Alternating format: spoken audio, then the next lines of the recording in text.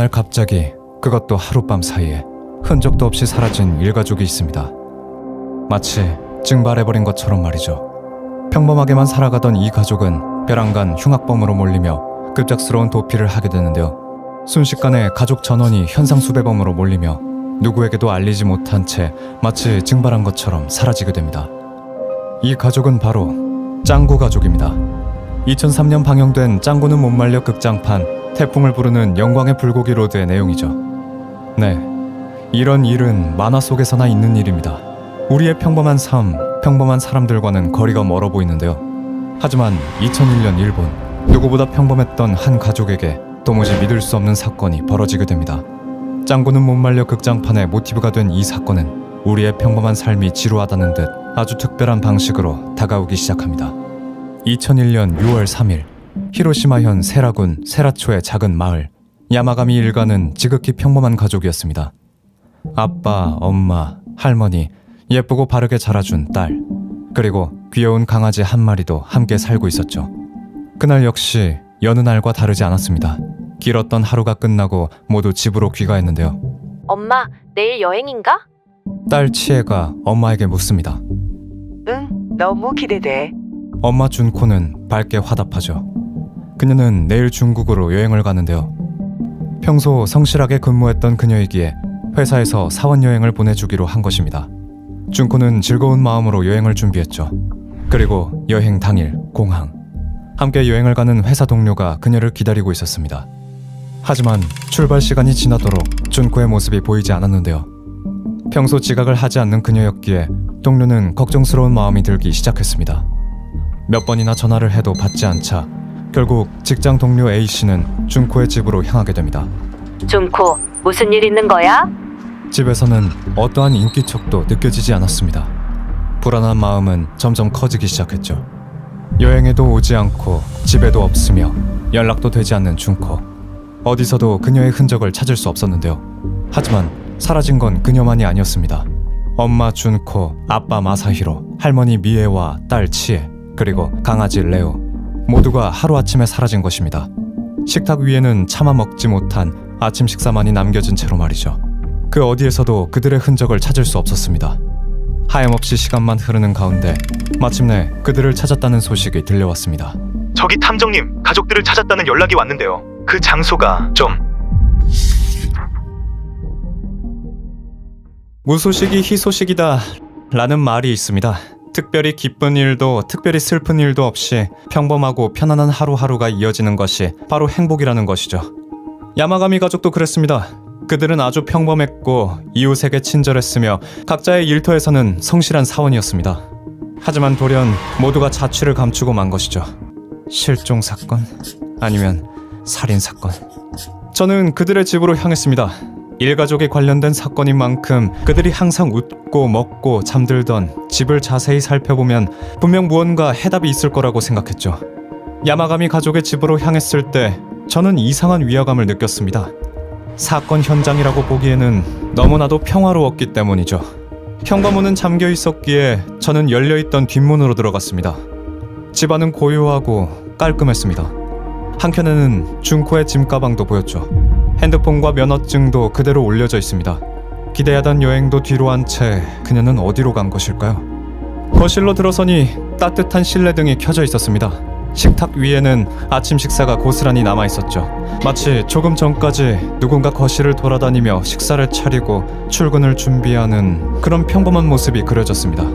평화로운 아침을 맞이하던 중 그들에게 무언가 긴박한 상황이 닥쳤고 불도 끄지 못하고 밥도 먹지 못한 채 어디론가로 급히 도망칠 수밖에 없었던 것일까요? 하지만 침입자 하나 강도가 들어온 것 같진 않은 거려? 확실히 사건 현장의 느낌은 풍기지 않았습니다. 몸싸움의 흔적이나 혈흔도 보이지 않았고 사라진 물건도 없었죠. 범인은 금품에도 관심이 없어 보입니다. 준코가 중국 여행에 사용하려던 15만엔 역시 그대로 올려져 있었으니까요. 저는 밖으로 나가 이웃들을 방문했습니다. 야마가미 가족에 대해 묻자 그들은 하나같이 입을 모아 비슷한 대답을 했죠. 야마가미 가족은 평범했어요. 법 문제라든지 원한을 살만한 일은 없었어요. 특별한 건 모르겠는데요. 그날 역시 말 그대로 무소식이 이어지던 평범한 날이었던 것처럼 보입니다. 자신의 흔적을 절대 남기지 않는 몹시 치밀한 범인의 짓일까요? 따사로운 햇살, 정겨운 밤 냄새, 친절한 이웃들. 이 지극히도 평화로운 분위기에 저는 오히려 등골이 오싹해졌습니다. 사건의 실마리는 보이지 않았습니다. 모든 것이 그대로 남아있는 집이었습니다. 사라진 건 사람뿐이었죠. 그나마 한 가지 특이한 점이 있다면 그들의 일상복이나 다른 옷가지들은 모두 옷장 안에 정돈된 상태인 반면에 그들의 파자마와 샌들만은 전부 사라졌다는 것이었습니다. 그렇다면 야마가미 가족 전원은 파자마와 샌들 차림을 한 채 사라졌다고 볼 수 있죠. 일가족이 편안한 잠옷 차림으로 실종됐다고 생각하니 사건은 더욱 기묘하게 다가왔습니다. 그런 차림으로는 먼 곳까지 갈 수도 없었을 텐데 말이죠. 아, 혹시 가족들만의 비밀스러운 여행을 떠난 건 아닐까요? 그럴 수도 있습니다. 무언가 기분 전환을 하기 위해 누구에게도 말하지 않고 훌쩍 떠나고 싶은 순간이 있을 테니까요. 하지만 일정상 그날 아침은 준코의 사원여행 당일이었고 가족들의 핸드폰과 면허증, 옷가지 등이 그대로 남아있었기에 비밀여행이라는 추측은 다소 무리가 있어 보입니다. 아무것도 챙기지 않고 빈손으로 여행을 가지는 않았을 테니까요. 결국 작은 단서 하나 찾지 못한 채 그들의 집을 떠나야 했습니다. 답답한 시간만 흐르는 가운데 경찰은 대대적인 수사에 나섰는데요. 기동대와 헬리콥터를 동원해 인근 지역을 샅샅이 수사하기 시작했지만 야마가미 가족의 흔적은 찾을 수 없었습니다.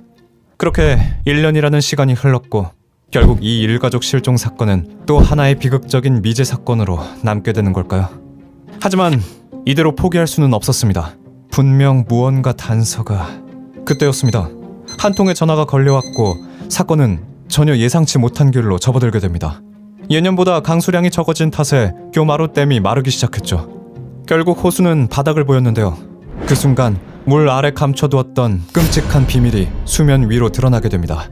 저는 호수를 지나던 한 행인의 신고 전화를 받고 곧장 그곳으로 향했습니다. 현장에 도착하니 음산한 기운이 감돌았습니다. 무언가 좋지 않은 상황임을 직감했죠. 물이 모두 말라버린 호수 밑바닥에서는 차량 하나가 발견됐습니다. 예상대로 차량은 1년 전 홀연히 사라져버린 야마가미 가족의 것이었습니다. 모종의 사고로 인해 호수로 빠진 것일까요? 아직 그 이유는 알 수 없었습니다. 저는 자세히 조사하기 위해 차로 향했습니다. 그리고 그 안을 들여봤을 때 심장이 멎는 듯했죠. 야마가미 일족 전원이 그곳에 있었습니다. 싸늘한 주검으로 말이죠. 강아지 레오 역시 비극의 상황 속에 덩그러니 놓여 있었습니다. 저는 충격에 빠졌습니다. 실종자를 찾는 일은 정말 기쁘지만 이런 식의 결말은 언제나 가슴이 아팠죠. 평화로운 집을 떠나 호수 밑바닥에 가기까지 도대체 그들에겐 무슨 일이 있었던 것일까요?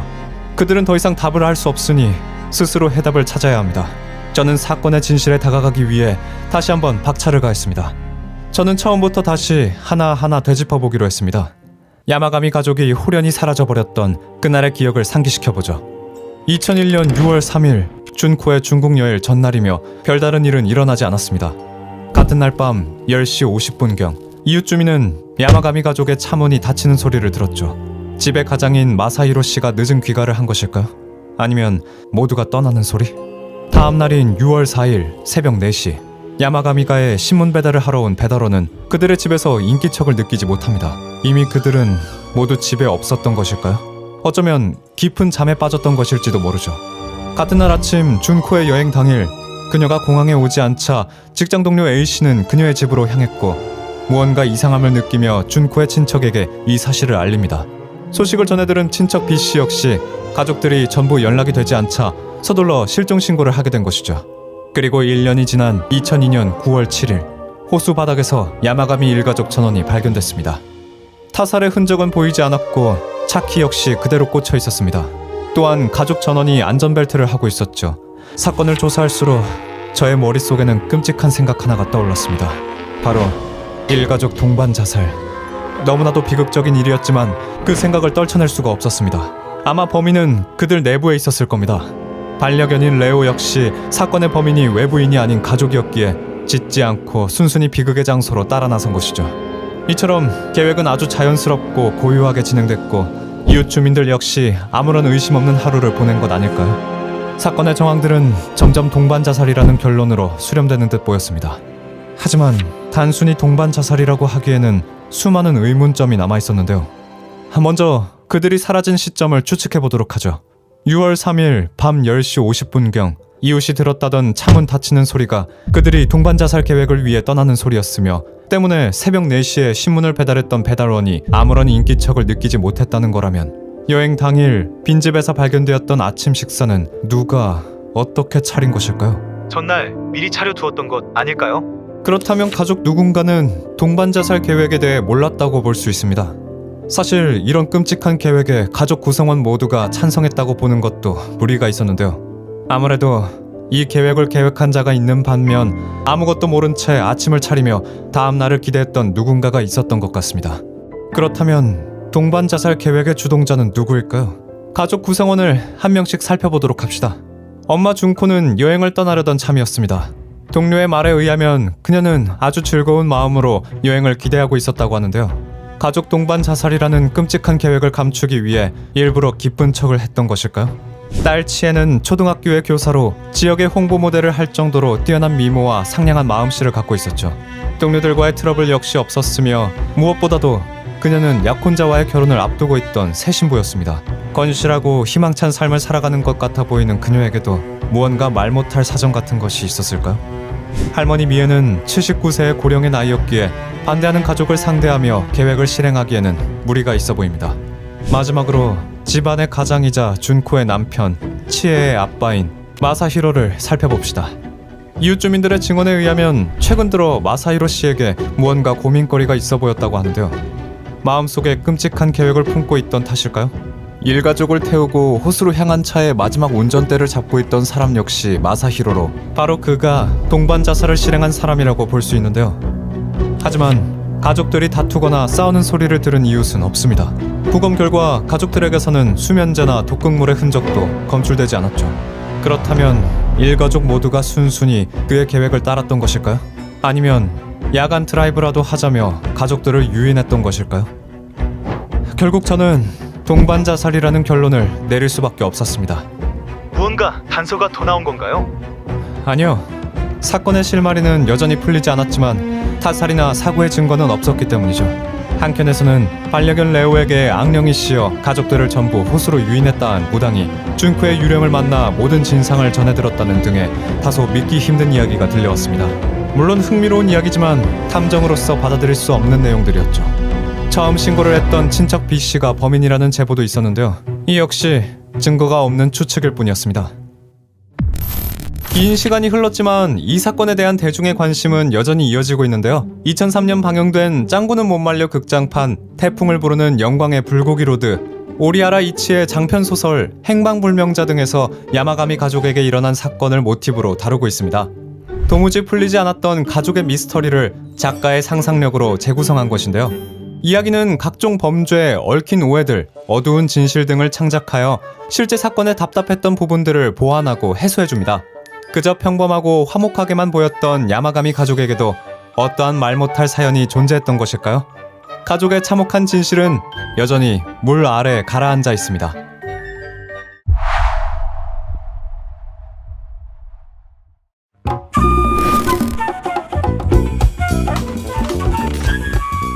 스웨덴 남부 몬스테라스 해안에 위치한 오크너 섬. 이 작은 외딴 섬이 사람들 입에 오르내리며 유명해진 것은 잠자는 숲속의 공주 이야기에 실제 주인공이 살았었다고 알려지면서였습니다.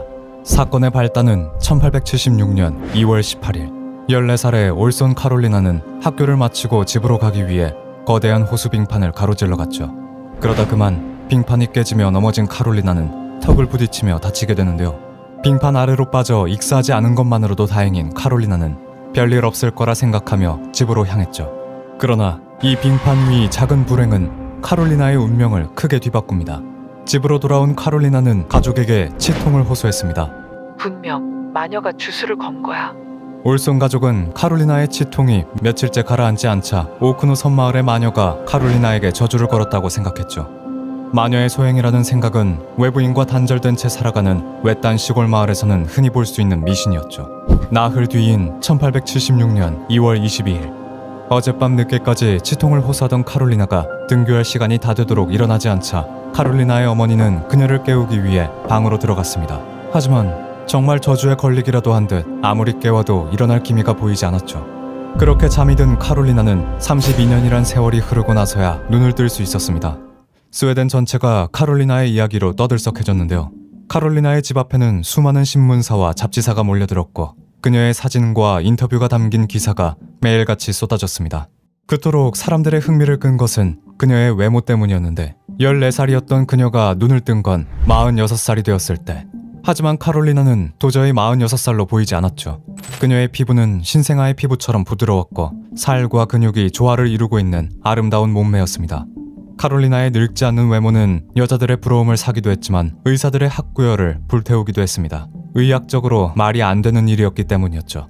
과연 카롤리나의 잠에는 무슨 비밀이 숨겨져 있던 걸까요? 1876년 2월 24일 올손 집안의 5남매 중 유일한 딸인 카롤리나가 깨어나지 않자 그녀의 가족은 카롤리나의 병을 치료하지 못할 것이라는 생각에 망연자실해 있었죠. 의사조차 없는 작은 섬마을에서 진료를 받으려면 외부에서 불러와야 했는데요. 어부인 카롤리나의 아버지는 그 진료비를 감당할 수 없었기 때문이었습니다.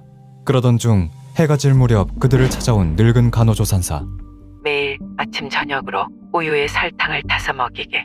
그 간호조산사의 조언대로 카롤리나의 어머니는 설탕을 탄 우유를 숟가락으로 떠서 카롤리나의 입에 넣었죠. 다행히도 반사작용이 일어나지 않아 매일 아침 저녁으로 우유를 먹일 수 있었습니다. 그로부터 며칠 후 마을 사람들은 카롤리나의 진료비를 위해 모금한 돈을 가지고 카롤리나의 집을 찾아왔습니다. 그렇게 카롤리나를 처음 찾아온 의사 요한 에밀 옴블라드. 혼수 상태로 보입니다. 요한은 1년간 지속적으로 방문해 카롤리나를 진료하며 그녀의 병에 대한 논문을 썼는데요. 이 논문을 통해 세간에 알려진 카롤리나. 수많은 의사들이 그녀를 찾아와 진료를 하며 이상한 점을 눈치챕니다. 어쩐 일인지 그녀의 머리카락과 손톱은 조금도 자라지 않았고 카롤리나의 열량에 한참 못 미치는 우유를 먹음에도 체형의 변화가 조금도 없었죠. 마치 그녀만이 잠들 때 상태 그대로 멈춰 있는 것 같았습니다. 시간이 흘러 그녀의 어머니가 늙어 죽고 오빠들까지 사망할 때도 그녀는 한결같은 외모를 유지하며 잠을 잤죠. 마침내 잠든 지 1730일 후인 46세의 나이에 카롤리나는 눈을 떴습니다. 20살의 얼굴을 하고 말이죠. 카롤리나는 악령의 시인 거야. 전 애인이 복수하기 위해 저주를 건 걸 거야. 그녀의 기이한 병을 둘러싸고 마을에서는 여러 추측이 나왔죠.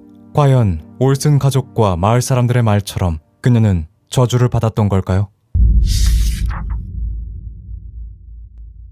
저도 그런 카롤리나의 상태가 궁금해 그녀의 집으로 찾아가 보았습니다. 도착했을 때는 이미 카메라와 수첩을 든 사람들이 작은 오두막을 가득 메우고 있었고 카롤리나에게 쏟아지는 질문들로 소란스러웠죠. 전혀 기억나지 않아요. 20살 초반의 순수한 얼굴을 한 그녀는 자신이 32년간 잠들어 있었다는 것에 놀란 눈치였습니다. 자신을 아직도 14살의 소녀라고 생각하고 있었죠. 카롤리나가 잠에 빠져 32년의 세월이 흐르는 동안 그녀의 어머니와 오빠들이 사망했다는 소식조차 모르고 있었습니다. 눈치가 빠른 저조차도 그녀가 기억나지 않는 척 연기하는 건지 아니면 정말 기억이 없는 건지 가늠하기 어려웠죠. 그러나 저는 그녀의 새하얀 팔과 다리에서 눈을 뗄 수 없었습니다. 이상하군. 그렇게 오랜 시간 누워 있었으면 욕창이 생겼을 텐데. 몸을 움직이지 못하는 환자들은 혈관이 압박을 받는데 이 때문에 산소가 통하지 않아 피부가 빨개지고 심한 경우에는 상처까지 생기게 되죠. 그러나 그녀의 피부는 상처 하나 없이 너무나 깔끔했습니다. 또한 군살 없이 탄탄한 몸매. 정말 그녀가 우유만으로 끼니를 해결했다면 지금쯤 뼈만 앙상하게 남아있어야 정상일 텐데. 저는 카롤리나를 신문해서 얼른 진실을 밝히고 싶은 마음이 컸지만 병원에 데려가 건강 상태를 확인하는 것이 우선이었습니다. 전혀 문제 없습니다. 신체적으로도 정신적으로도 말이죠. 그녀는 주변의 변화에 적응하는 것을 어려워하긴 했지만 인지 능력이나 지능, 신체에는 전혀 문제가 없었죠. 정말 냉동인간 같았습니다. 자작극이 아니라면 이 모든 게 설명이 안 돼. 그러나 자작극이라면 그녀의 변함없이 젊은 외모는 설명하기 어려웠죠. 카롤리나의 신문은 며칠이고 계속 반복되었지만 아무것도 기억나지 않는다고 주장하는 그녀에게서 얻어낼 수 있는 것은 없었습니다. 저는 그녀의 주변부터 수사해보기로 했죠. 그러던 중 전혀 예상치 못한 인물로부터 제 가설에 힘을 실어주는 증언을 듣게 됐는데요. 그 인물은 카롤리나의 아버지. 제 생각에는 카롤리나가 잠들지 않았던 것 같습니다. 그가 딸의 방에 들어가려고 문을 열었을 때 문틈 사이로 침대에 앉아 기도하고 있는 딸의 모습을. 예수님, 자비를 베푸소서. 라고 읊조리는 모습을 봤다고 전했습니다. 목류병에 걸린 것처럼 카롤리나는 종종 그렇게 일어나 기도를 했고 이따금 고통 속에서 신음하는 소리를 냈다고 하는데 그가 카롤리나의 혼수 상태의 진위를 의심한 건 그 일 때문이 아니었습니다. 그의 아내는 유일한 딸인 카롤리나를 어렸을 때부터 과잉보호했고 카롤리나가 병에 걸렸을 때도 살뜰히 챙기며 다른 가족들이 혹여나 카롤리나의 방에 들어가면 불같이 화를 냈다고 했죠. 이 말이 사실이라면 카롤리나와 그녀의 어머니가 벌인 자작극임이 확실해지는데 게다가 수상한 점은 여기서 끝이 아니었습니다. 카롤리나의 어머니가 사망한 후 고용된 가정부의 증언. 카롤리나가 가끔 깨어있는 것 같다는 느낌을 받았어요. 카롤리나는 언제나 손톱과 머리가 깔끔했고 몸에서는 향기가 났기 때문에 따로 목욕을 시킨 적이 없었다고 합니다. 어느 날은 그녀가 잠시 방을 나갔다 오자 테이블 위에 올려져 있던 사탕 바구니에서 사탕이 몇 개 없어져 있기도 했다고 말했죠. 또한 카롤리나의 오빠가 익사사고로 사망하게 된 일을 그녀에게 전하자 자는 와중에 울음을 터뜨렸다고 합니다. 명백한 사기극이었습니다. 저는 확신에 차서 그녀의 32년간의 행적을 밟기로 했습니다. 우선 그간 그녀의 집에 왔다 간 수많은 의사들을 조사하기로 했죠. 요한 에밀 옴블라드, 그녀의 집에 처음으로 왕진을 간 의사였습니다. 저는 카롤리나의 병을 치료하기 위해 1년간 애썼어요. 근데 의사인 내가 카롤리나가 연기하는 것조차 몰랐을 거라 생각하는 겁니까? 저는 요한에게 치료 과정에 대해 구체적으로 말해달라고 부탁했죠. 요한은 카롤리나를 무의식에서 깨우기 위해 자극을 주었다고 하는데요. 그 치료의 잔인함에 절로 인상이 찌푸려졌습니다. 카롤리나의 몸에 불을 대기도 하고 바늘로 몸 여기저기를 찌르기도 했으며 손톱 밑에 여린 살을 바늘로 찌르기도 했다고 말했죠. 카롤리나는 자극에도 전혀 동요가 없었다고요. 만약 깨어 있었더라면 견디기 힘든 고통이었을 텐데요. 저는 무엇 때문에 그녀가 이 고통을 견디며 자는 척을 한 것인지 알고 싶었습니다. 하지만 카롤리나가 입을 닫고 그녀의 어머니가 사망한 가운데 사실을 밝히는 것에는 한계가 있었습니다. 카롤리나의 사건에 대해 사람들의 호기심이 풀리지 않자 저명한 의사들과 언론은 그녀에 대한 갖은 추측을 내놓았는데 1910년 카롤리나가 깨어난 지 2년이 흐른 어느 날 정신과 의사인 헤럴드 프롬 데스트롬은 카롤리나에 대한 논문을 발표했습니다. 치통을 호소하던 카롤리나는 자신이 큰 병에 걸렸다는 생각으로 현실 회피를 한 것이다. 가족들의 관심이 그녀를 퇴행하게 만들었고 그녀의 어머니는 카롤리나를 과잉 보호하며 사기극에 가담했다. 카롤리나가 잠에 빠졌을 때쯤 첫 생리를 시작했는데 카롤리나의 딸이 유혹에 빠질까 걱정한 어머니는 끊임없이 밖의 위험함에 대해 딸을 세뇌시켰고 자는 연기를 지속하도록 시키며 안전한 집 안으로 카롤리나를 가둔 것이다. 이 모든 자작극의 이유가 비뚤어진 모성애로 인한 것이라는데 과연 어머니의 가스라이팅 때문에 벌어진 일일까요? 그녀의 어머니가 사망한 시점에서 명확한 증거는 없었습니다. 추측일 뿐인 말이긴 했지만 일리가 없진 않았는데요. 그 추측이 맞다면 카롤리나의 어머니가 자신 외에는 카롤리나의 방에 아무도 들어가지 못하게 한 것과 근육 위축도 상처도 없는 몸 상태가 납득되었죠. 독실한 기독교 집안에서 딸을 유혹에 빠뜨리지 않기 위해 벌어진 기이한 일일 수도 있었습니다. 논문은 순식간에 사람들의 이목을 끌었고 카롤리나의 혼수 상태는 모녀의 사기라는 것이 진실에 가까워졌습니다. 저는 추측이 추측으로만 끝나지 않도록 증거를 찾아 나섰죠. 1892년에 카롤리나가 한 달간 입원해 있었다던 병원, 오크카르샴. 오크카르샴 병원의 외과 의사인 아돌프 비렐름 소렌을 만났습니다. 그는 독일뿐만 아니라 다른 나라까지 꽤 이름이 알려진 인정받은 의사였죠. 그 논문은 말도 안 됩니다. 말도 안 돼요. 소렌은 사색이 된 채 말을 잇지 못했습니다. 잠시 말을 멈춘 그는 떨리는 목소리로 올손 모녀의 사기설을 부인했죠. 소렌은 카롤리나에게 한 달간 지속적으로 전기자극 치료를 진행했다고 말했는데요. 그 뒤에 이어진 그의 말은 충격적이었습니다. 그 치료는 마비 상태가 아니었다면 견디기 어려워 그녀가 연기를 한 것이라면 분명히 의사인 자신이 모를 리가 없다는 것. 그녀의 병명은 마비성 치매로 불치병이었다는 것. 소렌은 그녀가 연기일 리 없다는 것뿐만 아니라 불치병인 마비성 치매에서 회복되고도 어떠한 부작용도 없었다는 것은 있을 수 없는 일이라고 말했습니다. 사색이 된 의사의 말을 듣자 저는 카롤리나가 사기를 친 것이라는 가설을 의심할 수밖에 없었습니다. 석연치 않는 부분이 너무 많았죠. 전기치료, 바늘치료 등의 고통을 맨정신으로 견디던 것은 딸을 과잉보호하기 위해 그녀의 어머니가 연기를 시켰다는 논리와 맞지 않아 보였는데요. 그토록 딸을 아끼는 어머니가 직접 병원에 데려가 딸에게 고통을 주었다는 것은 말이 되지 않았죠. 딸과 세상을 격리시킬 목적이었다고 하더라도 딸을 데리고 독일까지 병원을 찾아간 것은 어딘가 부자연스러웠습니다. 그러던 중 스웨덴에서는 다른 가설 하나가 주목받기 시작했는데 바로 인간 동면설이었습니다. 동면에 들어간 동물은 최소한의 에너지만 남기고 모든 생명 활동을 중단한다고 하는데요. 이것처럼 카롤리나 또한 동면에 들어갔다는 것이었죠.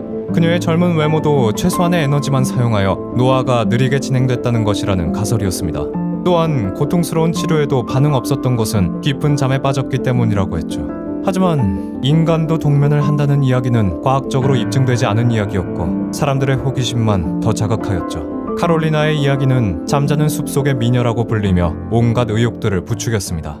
여론은 올손 모녀의 사기극과 인간 동면설 두 가지로 극명하게 갈렸지만 시간이 지나자 카롤리나에 대한 흥미는 식어갔고 사람들의 기억 속에서는 카롤리나 이름조차 희미해져 갔습니다. 그러나 1959년 그녀의 이야기는 전 세계로 퍼져나가게 됩니다. 카롤리나가 사망한 후 몇 년 뒤 나온 애니메이션 잠자는 숲속의 공주. 잠자는 숲속의 공주 애니메이션이 상영되며 그녀의 이름은 다시 사람들의 입에 오르내렸죠.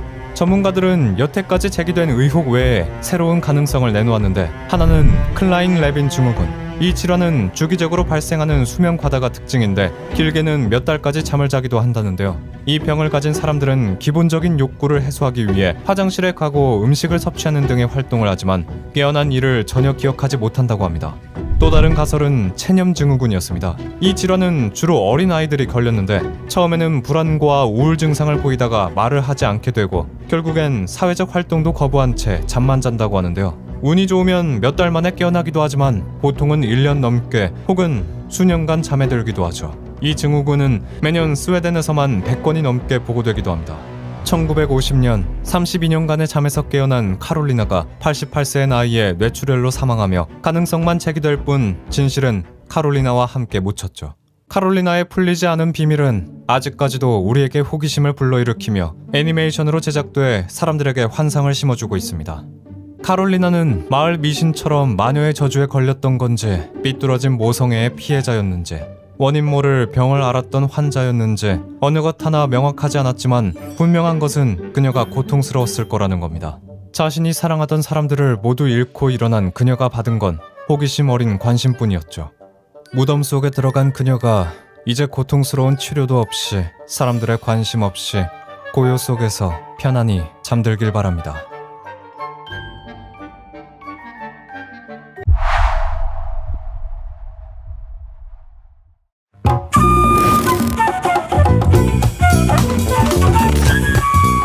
일본 오사카의 한 은행 앞. 무슨 일인지 수많은 사람들이 그 은행 앞에 모여 웅성이고 있었는데요. 그 사람들 틈 속으로 보이는 것은 알몸을 한 채 서 있는 여자들이었습니다. 그녀들은 누구보다 괴로운 표정을 한 채 덜덜 떨며 줄줄이 서 있었는데요. 마치 인간 바리게이트처럼 보였죠. 그리고 그들의 중심에는 의문의 한 남성이 있었습니다. 그는 여성들과는 다르게 옅은 미소를 띠고 있는 것 같았고 이내 남성은 여자들에게 둘러싸인 채 온갖 기행들을 벌이기 시작했습니다. 그의 행동들이 얼마나 특이했는지 훗날 일본의 어느 AV 비디오의 모티브가 되기도 하면서 사람들에게 널리 퍼지게 됐죠. 1979년 1월 26일 오사카 스미유시구의 미쯔비시 은행 키타바타 계지점. 여느 날과 다름없이 금융 업무를 보기 위해 은행을 찾은 사람들로 가득 차 있었는데요. 바로 그때 강도 한 명이 은행으로 들어와 총을 쏘며 돈을 요구합니다. 그가 요구한 돈은 5천만 엔. 그 순간 경찰에 신고하려던 직원을 보고 강도는 무자비하게 총을 쏴버렸는데요. 은행 직원은 그 자리에서 즉사했고 다른 여직원 한 명은 부상을 당했습니다. 숨진 직원의 나이는 고작 20세. 다행히 탈출한 시민의 신고에 의해 경찰관이 출동했는데요. 강도는 자신을 제압하려던 경찰들에게도 총을 쐈고 경찰 2명이 사망하고 1명은 부상을 당했지만 방탄조끼 덕에 목숨은 건졌습니다. 그동안 오사카의 모든 경찰들이 모여들었고 완전 무장한 300명 이상의 경찰들로 은행을 포위했습니다. 덕분에 5분 안에 돈을 챙겨 도망치려던 강도의 계획이 틀어져 버렸죠. 그리고 그때부터였습니다. 범인의 엽기적인 범죄 행위는. 저도 김영사와 함께 사건 현장을 찾았는데요. 갑자기 은행 안 사람들이 하나같이 분주히 움직이기 시작했습니다. 그리고 얼마 후 은행 창문 너머로 물먹이는 표정을 한 알몸의 여성들이 보였습니다. 유니폼을 입고 있던 은행 여직원들이었죠. 그런데 혼자만 옷을 입고 있는 저 여자는 누구지? 그와 동시에 은행 안에서 몇몇의 사람들이 밖으로 나오고 있었습니다. 아무래도 인질로 잡은 사람들 중 일부를 풀어주고 있는 듯한 모습이었는데요. 탐정님, 범인이 임산부와 어린아이와 함께 온 여성들은 풀어줬답니다. 알고 보니 알몸을 한 여직원들 중 유일하게 옷을 입고 있는 여성도 임산부였던 것이었죠. 가까스로 사건 현장을 빠져나온 피해자들에게 자세히 목격담을 들을 수 있었는데요. 범인이 지점장과 가장 나이가 많은 남자 직원에게 총을 쐈어요. 돈을 빠르게 담지 못해서 자신이 잡힌 것이라며 지점장에게 총을 쐈고, 탈출을 해야 했던 범인은 최연장자 남직원에게 건물 구조가 어떻게 되는지 물었지만 그가 애매하게 얼버무리자 가차없이 쏴버렸다고 합니다. 가슴에 총을 맞은 지점장은 그 자리에서 사망했고, 남자 직원은 가슴 근처에 맞았지만 다행히 목숨에는 지장이 없어 보였다고 하죠. 그러는 사이 경찰은 습격할 타이밍을 보면서 은행 건물 2층으로 잠입했고, 드릴로 조심스럽게 구멍을 뚫어 내부 상황을 지켜볼 수 있게 되었습니다. 범인은 여직원에게 무언가를 요구하는 것처럼 보였는데요. 이후 경찰에게 걸려온 전화 한 통. 지금 당장 경찰의 진압을 멈추세요. 그렇지 않으면 인질들의 목숨이 위험해질 거예요. 아무래도 빠져나가고 싶긴 한지 그는 오사카 경찰서장과의 직접적인 전화 연결까지 요구하며 탈출로를 확보하려 했죠. 하지만 쉽게 탈출로를 내어줄 리 없었고, 경찰은 계속해서 기회를 엿보고 있었는데 범인의 경계는 느슨해질 틈을 보이지 않았고, 알몸으로 창문 앞에 서 있던 여직원들은 경찰이 내부를 들여다보려는 낌새가 조금이라도 보이면 무척이나 다급하게 일제히 다가오지 말라며 소리를 질렀습니다. 그런데 범인은 갑자기 한 남자 직원에게 아까 총을 맞고 쓰러진 최연장자 남직원을 다시 한번 확실하게 처리하라며 손에 칼을 쥐어주는데요. 직원은 이미 죽었다며 이를 거부하는 모습을 보이는데, 이에 쓰러져 있던 남자 직원은 잔뜩 겁을 먹고 죽은 척을 했죠. 그때 범인은 칼을 쥐어준 직원에게 질문 하나를 던지는데요. 이봐, 소돔의 120일이라는 영화 알아? 그 영화는 사디즘에 빠진 권력자들이 젊은 남녀를 데리고 충격적으로 변태적인 행위를 저지르는 것을 그려낸 영화입니다. 범인은 남자 직원에게 거기에 나오는 것과 똑같이 죽은 남자의 귀를 자르라고 요구했습니다. 어쩔 수 없이 범인의 얘기를 수용하던 직원, 죽은 척하고 있던 남자 직원은 끔찍한 고통 속에서도 계속 죽은 척을 했고, 출혈량도 심해 보였는데 결국 기절해버리고 말았죠. 귀를 받아든 범인은 입으로 가져가 몇 번 씹더니 딱딱하고 맛이 없다며 뱉어버리는 괴상한 행동을 이어갑니다. 끔찍한 범행을 저지르면서도 배는 고팠는지 아키유 씨는 인질 5명을 풀어주는 조건으로 경찰에게 자신이 먹을 식사를 요구하는데요. 와인도 마시고 싶다며 샤또 마고라는 이름까지 알려주며 가져다 달라고 했습니다. 두려움을 심어주기 위해서 범인은 인질들을 끊임없이 협박하고 간간히 총을 쏘기도 했는데요. 하지만 살인을 저지르고 협박만 일삼을 뿐 은행 밖으로 나오려는 시도조차 하지 않는 게 좀 이상해 보였습니다. 바로 그때 탐정님, 범인의 신원 파악이 완료됐습니다. 범인은 일본 히로시마현 출신의 1948년 출생 우메카와 아키유 씨. 5세에 부모님이 이혼하시게 되었고, 중학생 때부터 힘이 없고 연약한 어머니를 무시하고 폭력을 휘둘러 온 걸로 확인됐습니다. 고등학생 때는 학교에서도 폭력을 휘둘러 퇴학을 당했고, 아르바이트하던 가게 사장의 집에 침입해 살인을 저지르고 금품을 갈취하는 범죄를 저지르기도 한 전과범이었죠. 당시 경찰 조사 과정에서 왜 사람을 죽이면서까지 금품을 갈취하는 범죄를 저지르냐는 형사의 질문에 다른 사람들은 풍족하게 잘만 사는데 왜 나만 불행히 가난해야 합니까? 라며 자신의 사정을 범죄를 저지른 이유로 합리화시켰다고 하죠. 소년원에서 출소한 후 바텐더로 취직했던 아키유 씨. 말은 별로 없었지만 지각 한 번 한 적 없는 성실하고 예의 바른 청년이라는 평판을 가졌다고 하는데요. 그러다 수년간 일하던 바가 망했고, 아키유 씨는 순식간에 실업자가 되면서 500만 엔이 넘는 빚을 지게 되었습니다. 그래서일까요? 주변 사람들에 따르면 그는 나도 이제 30인데 큰 거 한 방이 있지 않으면 더 이상 살 방법이 없다. 와 같은 말을 자주 하곤 했답니다. 오래전부터 범죄를 암시했던 것처럼 말이죠. 여기에 특이점 하나가 더 있습니다. 아키유 씨는 평소 독서를 즐겼다고 하는데요. 톨스토이, 니체의 책을 읽고 지인들과 독서 토론을 자주 했다고 하죠. 특히 하드보일드 소설을 동경했고 책값으로 한 달에 많은 이상을 썼다고 합니다. 범죄를 저지르는 와중에도 임산부와 어린아이들을 배려하는 기이한 행동도 독서를 통해 만들어진 자신 나름대로의 철학 때문이 아닐까 싶은데요. 저희는 그런 아키유 씨의 약점을 파고들기 위해 그의 어머니를 찾아냈습니다. 그리고 몇 번이나 그와 전화 연결을 시도했죠. 하지만 그는 어머니의 목소리가 들릴 때마다 전화를 끊어버렸습니다. 저희는 오히려 그가 어머니에게 반응을 보인 것으로 판단하고 어떻게든 어머니와 연결시키려고 했죠.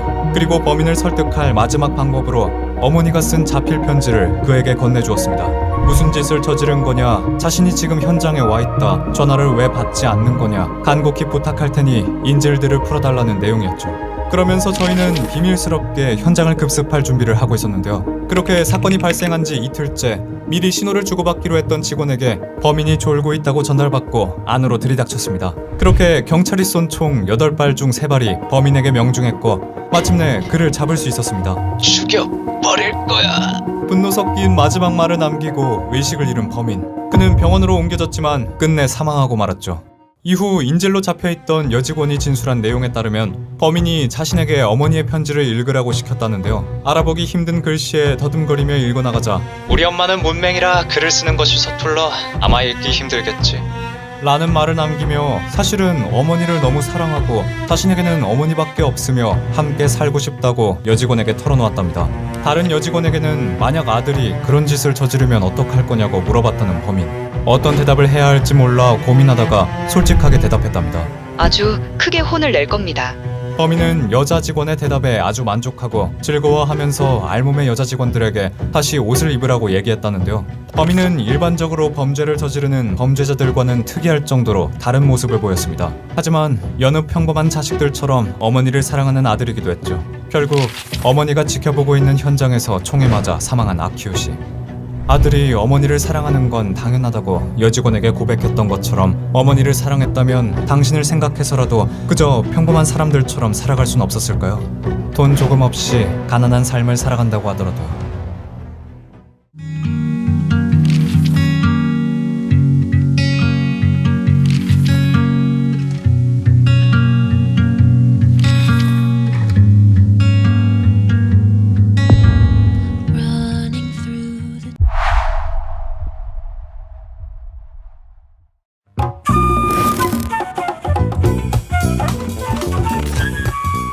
대한민국의 수도 서울.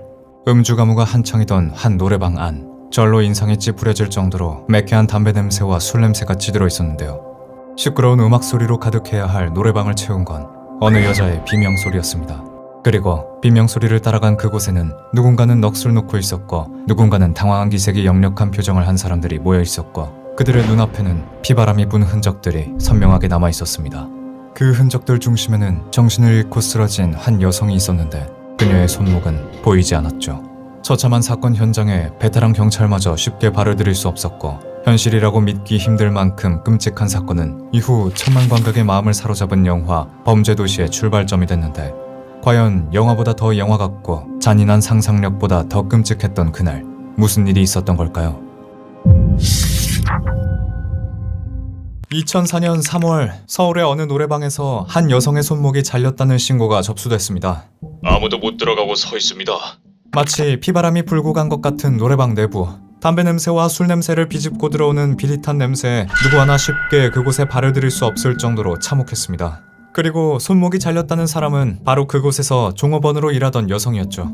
저희는 여성 종업원의 손목이 왜 잘리게 된 건지 경위를 파악하기 시작했는데 그 사건의 중심에는 수도권 차이나타운을 본인들 입맛대로 잠식해가던 범죄 조직인 왕건이파가 있었습니다. 조선족인 윤왕건을 필두로 이루어진 연변 조직들 중 중심 세력이었는데 그들은 차이나타운에 있는 유흥업소를 상대로 협박과 폭력을 동원해 보호비를 명목으로 거의 월 수입에 가까운 돈을 갈취했습니다. 국내 체류 중인 조선족은 물론이고 일반 업소의 주인들에게까지 강압적인 무력을 일삼으며 돈을 뜯어냈는데 그런데 대체 어쩌다 흉악한 범죄 조직이 평범한 종업원을 공격하게 된 걸까요? 탐정님, 사건의 경위가 밝혀졌다고 합니다. 그 칼부림의 시발점이 된 이유는 현장에서 흘려진 피가 너무나 아까울 정도로 사소했습니다. 그 당시 현장에 있던 노래방 사장님과 직원들은 노래방에서 한창 술을 마시던 왕건이파 조직원들이 그곳에서 일하던 조선족 종업원이 하대를 받는 모습을 봤다고 말했습니다. 그리고 그 모습에 머리끝까지 화가 나 일제히 품 안에 있던 칼을 꺼내 자신들의 동포를 무시한 이들을 향해 휘둘렀고 그 과정에서 죄 없는 한국 여성이 피를 보게 된 거죠. 세력이 커지면 커질수록 같이 커지는 왕건이파의 잔인무도함은 이미 암암리에 그 일대에 아는 사람들은 다 알고 있었지만 고작 동포가 무시당하는 걸 보고 사람의 손목을 자르다니 이 사건으로 고삐 풀린 왕건이파가 더 이상 날뛰게 하면 안 되겠다 판단했습니다. 여기서 그들을 막지 않으면 더 많은 희생양들이 나올 거라고 생각했죠. 저희는 수개월간 왕건이파의 동태를 살피며 탐문 수사에 들어갔는데 그러던 어느 날 여 종업원이 죽은 그 노래방에서 또다시 신고가 들어왔습니다. 탐정님, 그 노래방에서 연락이 왔습니다. 그 놈들이 그날 신고했다고 앙심을 품고 절 죽이겠다고 벼르고 있답니다. 노래방 사장님은 그날의 신고로 조직원들에게 살해 협박을 당하고 있었습니다. 사장님은 보호 조치를 부탁했고 저희는 그 협박을 기회로 만들려고 했죠. 그들이 노리는 사장님을 미끼로 조직원들이 노래방에 쳐들어오길 기다렸고 기다림 끝에 드디어 사장님의 모가지를 노리고 찾아온 왕건이파의 부두목을 체포할 수 있었습니다. 조직의 간부를 붙잡긴 했지만 정말 심혈을 기울여야 했던 건 이때부터였습니다. 조금이라도 부두목이 체포됐다던가 수사에 대한 정보가 새어나간다면 밀항에 들어와 시스템에 등록도 되지 않은 조선족들이 모두 도주해 어렵게 잡은 기회가 헛수고로 돌아갈 수 있었기 때문이었죠. 저희는 도주할 단 1초의 시간도 없게끔 하기 위해 조직원들 전부를 일망타진할 계획을 세웠습니다. 살 길 마련해 줄 테니 조직원들 모아와라. 저희는 붙잡은 부두목을 이용해보기로 했습니다. 혼자 처벌을 면할 수 있는 기회를 줄 테니 그 아래 조직원들을 넘기라 말했죠. 다행히 부두목은 이 기회를 넙죽 받아들여줬는데요. 그는 곧바로 조직원들이 모일 수 있는 회식 장소를 마련했고 드디어 D-Day, 강력계 형사들과 저 그리고 김 형사는 다 함께 약속 장소였던 유흥업소를 덮쳤습니다. 그리고 현장엔 다수의 조직원들과 그들의 두목 윤왕권 역시 있었죠. 회식에 참여하지 않은 조직원들까지 다른 형사들이 미리 검거해 놓은 덕에 드디어 덫에 걸린 이들을 일망타진하게 되었습니다. 왕건이파는 최대 징역 20년에서 최저 3년과 집행유예 판결을 받은 후 형기를 마친 뒤 중국으로 추방했습니다. 그렇게 범죄 조직으로 괴로워하던 주민들에겐 평화가 찾아오는 것 같았습니다. 하지만 큰일 났습니다. 다른 놈들이 나타났어요. 불행히도 왕건이파의 부자는 그 일대를 노리던 다른 조직의 기회가 되어버린 것 같습니다. 심지어 왕건이파의 악행을 물려받은 그들은 더욱더 잔혹하고 악랄해 보인다고 하는데요. 급하게 그들의 정체를 조사해본 결과 미립국자들과 불법 체류자들로 이루어진 조선족 출신 조직폭력인 흑사파였습니다. 흑사파는 2001년 중국의 폭력 조직이었던 흑사회의 행동대장인 양씨가 결성한 연변 흑사파의 모방 조직이었습니다. 그들은 서울과 경기도 일대에서 활개치며 다녔는데 저희는 그 당시 그 일대에서 장사를 했던 상인들에게서 흑사파 조직원들이 대낮부터 칼과 도끼를 손에 들고 다니며 시민들을 공포에 떨게 했다는 제보를 들을 수 있었습니다. 하지만 흑사파의 움직임은 생각보다 크지 않았는데요. 사실 차이나타운에서 조용히 목소리를 키워온 조직이 하나 더 있었습니다. 바로 흑룡강파. 자연스럽게 흑룡강파와 흑사파 사이에 라이벌 구도가 형성됐고 며칠 후 흑룡강파의 조직원이 흑사파 조직원을 칼로 찔러 중상을 입혔다는 소식이 들려왔는데요. 그리고 또다시 며칠 후 이 계기로 두 분파 사이에 패싸움이 벌어졌다는 소식을 듣게 됐습니다. 아무래도 본격적으로 세력 다툼을 시작한 것 같습니다. 심지어는 조직원들의 일부가 살해되기도 했다는데요. 하지만 저희는 조사 과정에서 가장 많은 피해를 본 건 흑사파도 흑룡강파도 아니었다는 걸 알 수 있었습니다. 바로 조직이 무차별적인 소동을 벌인 싸움판이 된 주변 상권들이었죠. 조직들은 길거리, 가게, 음식점, 유흥업소 가리지 않고 서로 시비가 붙으면 바로 싸움을 일으켜 일대를 쑥대밭으로 만들었기 때문이었습니다. 안 맞으면 다행히 사는 거고 맞으면 죽는 거지. 하루에도 몇 사람이 죽어나갔지? 조직 간의 세력 다툼에 휘말린 상인들의 피해는 생각보다 막심해 보였습니다.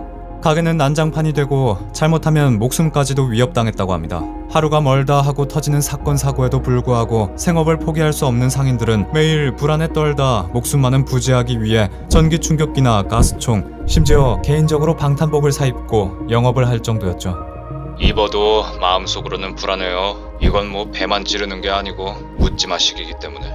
양쪽 조직원들은 대낮에도 언제나 칼과 도끼와 같은 흉기를 소지하며 싸움을 했고 상인들이 위협을 받았다는 소식은 계속해서 들려오고 있습니다. 심지어 한 차례 피가 튀기는 난동 후 잘라낸 팔과 손가락을 들고 다니며 보는 이들로 하여금 피가 식는 공포를 느끼게끔 만들었고 하루에 2-3명씩 죽어나가는 게 이상하지 않았다고 상인들은 입을 모아 말했습니다. 저희도 그들을 하나하나 잡다가 힘들어 지쳐있던 그때 드디어 한 세력이 자리를 잡아간다는 소식이 들려왔는데요. 그 세력은 바로 흑사파였습니다. 흑사파는 흑룡강파를 하나씩 무너뜨리며 주도권을 잡기 시작했고 무너진 흑룡강파 일부는 흑사파의 충성을 맹세해 흡수되기도 했고 일부는 다시 흑사파의 보복을 하다 사라지기도 했죠. 하지만 이건 결코 반가운 소식이라고 할 수 없겠는데요. 그렇게 몸집을 부풀리고 일대의 천적을 없앤 흑사파는 포식자로 자리를 잡았고 상인들의 악몽은 끝나지 않았습니다.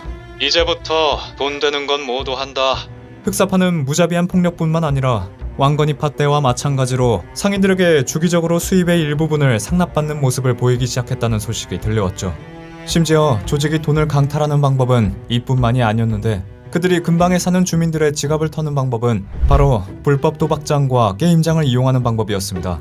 자신들이 운영하고 관리하는 도박장에서 돈을 딴 사람이 나오면 그 사람을 찾아가 다시 협박을 했고 폭력을 써서 탈취한 거죠. 거기에 그들이 돈을 버는 방법 중 더 끔찍한 건 따로 있었습니다. 다리 하나에 250만원, 양쪽에 500만원, 청부 살해 1000만원 등 구체적인 금액까지 명시해주고 온갖 청부 폭력과 살인을 저질렀다는 이야기도 전해지고 있습니다. 신고를 해도 아무 소용이 없었어요.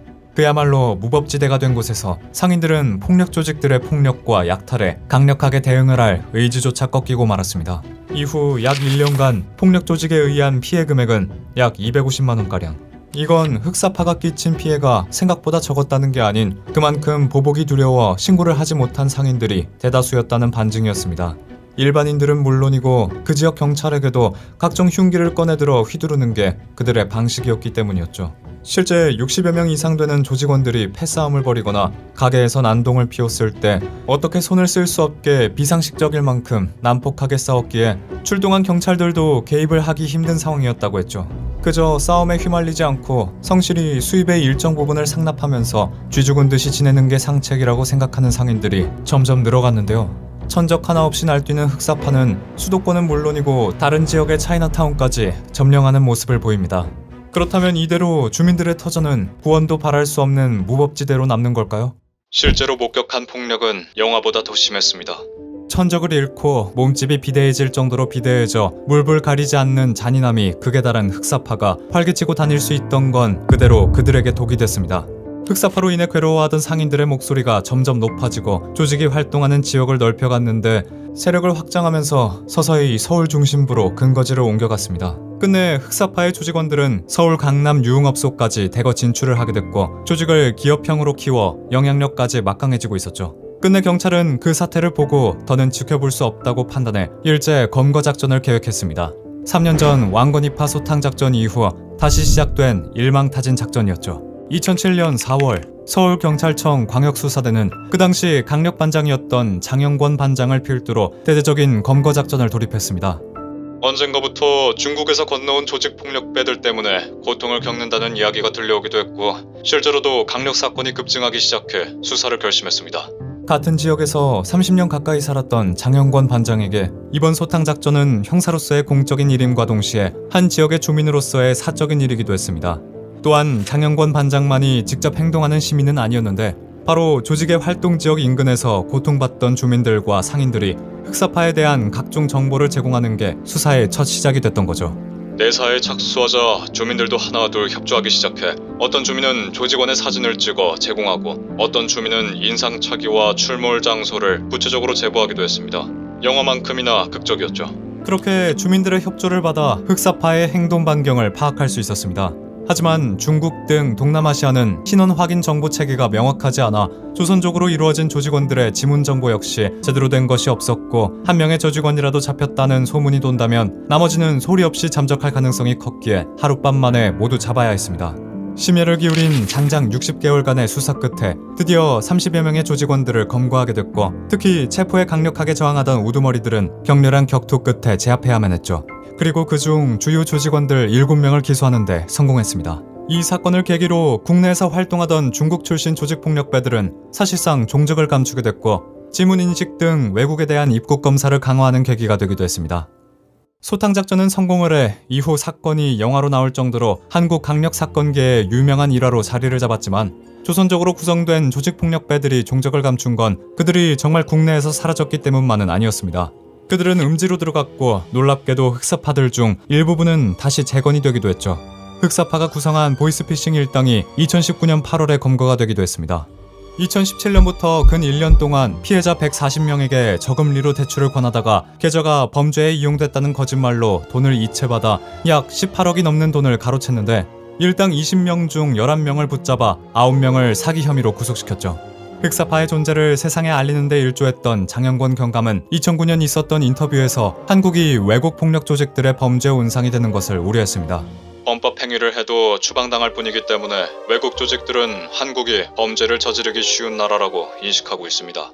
장영권 경감은 이러한 이유 때문에 추방보다 법 적용을 엄격히 해야 외국인 출신 조직폭력배들이 한국법을 무서워할 것이고, 추방이 된다고 해도 중국, 베트남, 필리핀 등의 아시아 지역은 호적이나 주민등록 시스템이 제대로 갖춰져 있지 않아 돈만 있다면 한두 달 이내에 신분 위장을 하고 한국으로 들어올 수 있다고 밝히며, 추방 시스템 또한 체계적인 시스템 건축이 필요하다고 덧붙였습니다. 과거에 있던 사건이 영화로 인해 재조명받아 대중의 관심을 얻어온 건 여러모로 좋은 일이지만, 그저 단순한 오락거리로만 소비되는 것이 아닌 어렵게 재조명받은 만큼 과거 부족했던 시스템의 결함과 범죄에 있어 경각심을 가져야 할 부분 또한 관심을 받고, 또한 과거가 반복되지 않고 또 다른 피해가 있지 않게끔 조치를 취할 수 있는 기회의 발판이 되길 바랍니다.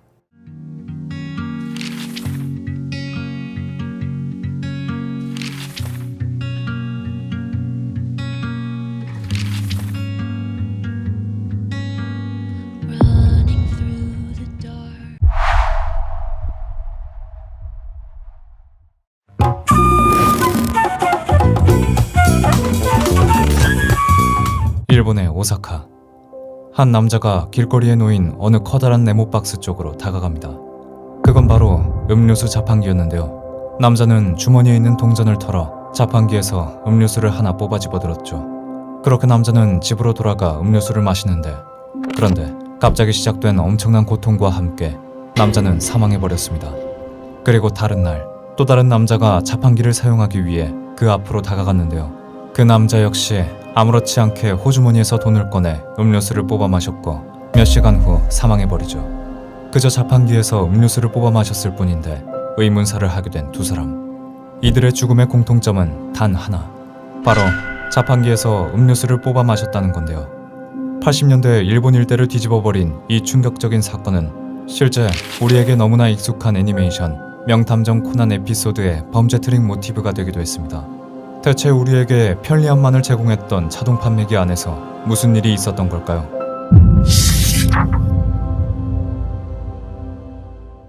(1985년 9월 14일) 오후, 일본 오사카부 이즈미 사노시에 살던 52세의 남성이 돌연사했습니다.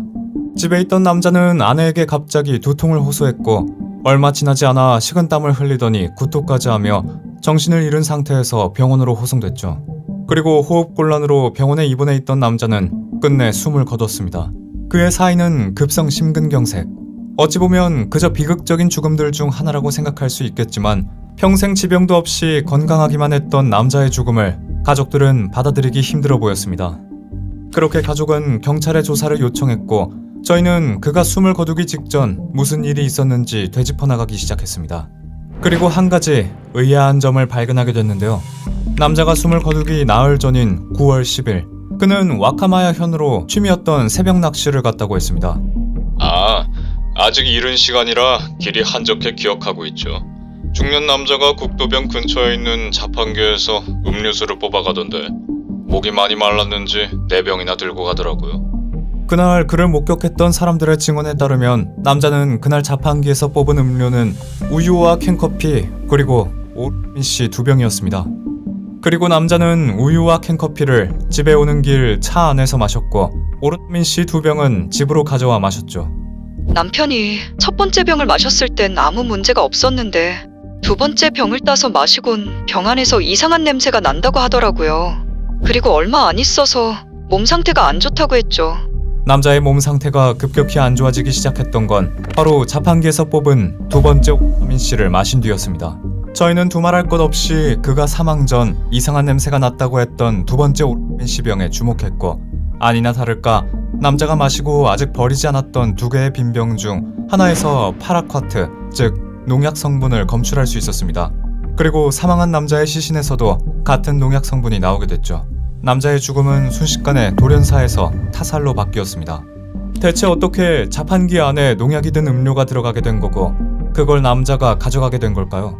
함정님, 가족분들 말에 따르면 가져온 2병은 자판기 안에서 공짜로 주워오신 거라고 하는데요. 아무래도 누군가 고의적으로 농약이 든 음료를 자판기 안에 넣어둔 것 같습니다. 범인은 사람들이 공짜 음료를 가져갈 거라는 걸 알고 농약을 탄 음료수를 그곳에 넣어두었고, 거기다 공짜로 얻은 음료수를 안심하고 먹게끔 하기 위해 농약을 타지 않은 평범한 음료까지 같이 둔 걸로 보입니다. 생각지도 못했던 횡재를 했을 때 경계가 풀어지는 사람의 심리를 교묘하게 이용한 아주 비열한 범행 수법이었습니다. 심지어 한 병만 상품 출구안에 방치되어 있는 게 의심을 살까 정상적인 음료 한 병, 농약이 든 음료 한 병을 넣어놨다는 점 때문에 범인이 지나치게 치밀하다는 걸 알 수 있었죠. 그런데 용의자를 선별하기도 전 저희는 또 다른 돌연사 소식을 듣고 말았습니다. 탐정님, 미해현에도 비슷한 독살 사고가 일어났다고 합니다. 오사카부에 사는 남성이 사망한 날과 비슷한 시점인 9월 11일 오후 11시 미해현 마츠자키시에 사는 22세 대학생이 이번엔 다이콰시란 농약으로 인해 사망하는 사건이 벌어졌습니다. 역시나 극단적인 선택을 했을 가능성은 전혀 없는 평범한 학생이었는데 그 학생의 집을 조사한 결과 똑같은 음료수 병을 2개 발견했고 한 병에서만 다이콰 성분이 검출됐죠. 이번엔 오렌지가 아닌 리플골드라는 드링크제였습니다. 그리고 그날 대학생의 동선에 자판기가 있는 길목이 있다는 걸 확인할 수 있었는데 오사카부 사건과 다른 음료수긴 했지만 양상은 같았습니다. 애가 마시고 나서 속이 안 좋다고 하더라고요. 메스껍다고 하더니 구토 증세까지 보였어요. 그 학생의 부모님의 증언에 따르면 이전의 남자와 마찬가지로 음료를 마신 뒤 학생은 심한 구토 증세를 보였고 병원에 실려가고 난 뒤 14일에 사망했습니다. 독극물이 든 음료수가 있던 자판기 일대를 조사해봤지만 사건이 일어났을 때는 80년대 그 흔한 CCTV 영상 하나 없이 그저 목격자들의 진술만으로 탐문 수사를 해야만 했고 그것만으론 용의자를 추리하기도 어려웠는데 탐정님, 아무래도 이 범행이 처음이 아닌 것 같습니다. 연달아 터진 두 사건으로 인해 저희는 이 사건의 최초 피해자가 따로 있었다는 걸 찾아냈습니다. 오사카부에 사는 남자와 대학생 사건이 일어나기 5개월 전 히로시마현 후쿠야마시에서 한 트럭 운전사가 사망하는 사건이 있었는데 운전사는 사망하기 직전 구토를 했었고 그 구토물에선 농약 성분이 검출됐었습니다. 연이어 터졌던 두 사건과 마찬가지로 농약의 성분은 파라콰트로 밝혀졌죠. 그 당시엔 유사한 사건이 없었기에 수사를 했던 경찰은 타살이라 생각하지 못했지만 조사 결과 운전사가 사망 전 4월 30일에 일하던 도중 자판기에서 음료수를 뽑아 마셨고 그 음료수가 바로 오렌지였다는 것도 확인할 수 있었습니다. 총 3건의 사건으로 저희는 누군가에 의한 무차별 살인 사건이라고 결론을 내렸고 트럭 운전자의 사망을 최초의 사건이라 판단하고 범인을 색출해 나갔죠. 사고가 일어난 킨사이 지역과 사이타마를 중심으로 한 칸토 지역을 수색했는데 안타깝게도 여타할 수확은 없었습니다. 탐정님, 범인 잡을 수 있을까요? 농사를 짓는 사람들도 많은데다 농약을 구매하는 게 어렵지 않고 주목을 끌만한 것도 아니었으니 말이죠. 농약상에 가서 장부에 인감도장을 찍기만 하면 구매가 가능하고 워낙 잘 나갔던 농약이었기에 구매자들 중 범인을 선별해 조사하는 것도 어렵다고 볼 수 있죠. 대체 누가 무슨 동기로 인해 이런 짓을 저질렀는지 전혀 알 수 없었습니다. 그리고 성과 하나 없는 저희의 수사를 비웃듯 자판기에서 가져온 음료를 마시고 사망하는 사건들은 멈추지 않고 연달아 벌어졌죠. 네 번째 살인은 일주일 후인 9월 19일 발생했습니다. 이번엔 후쿠이현 이마다치마치에 살던 30대 남성이었죠.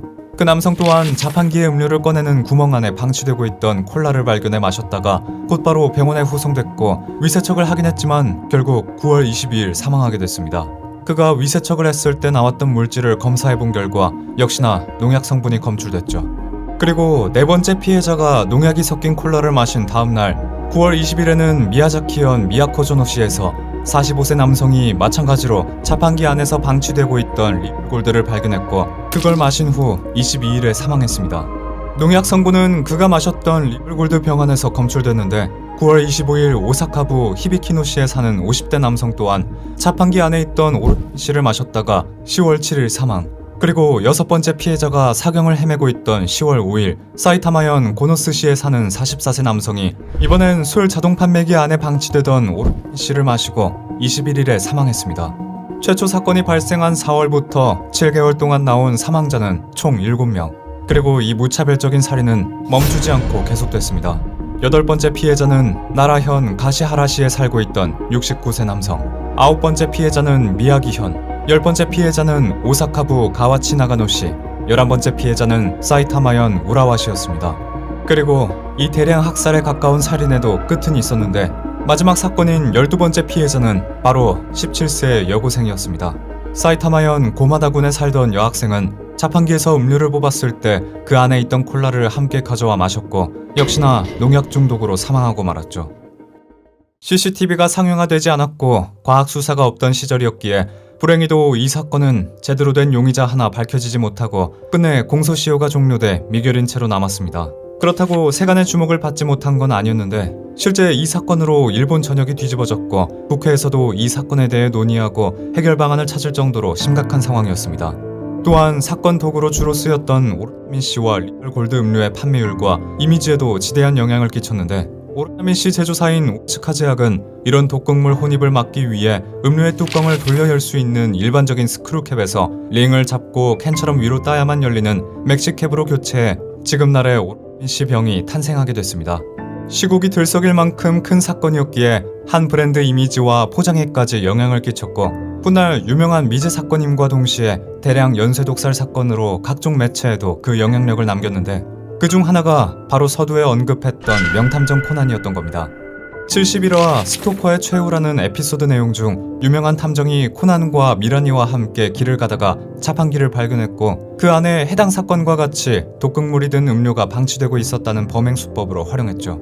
만화에선 지문 등의 증거로 사건이 해결됐지만 현실은 만화와는 다르게 지금까지 12명이나 되는 사람들을 무참하게 살인한 범인이 밝혀지지 않았고 억울한 피해자들은 무덤에서도 자신들의 죽음에 대한 정의를 이루지 못했습니다.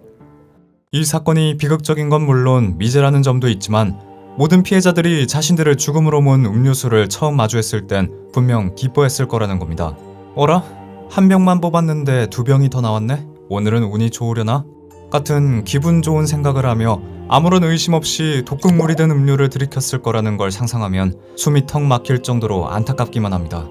피해자들이 찰나의 순간 죽음의 원인이 될 음료를 행운의 상징으로 믿게끔 만든 비열하고 잔인한 범인.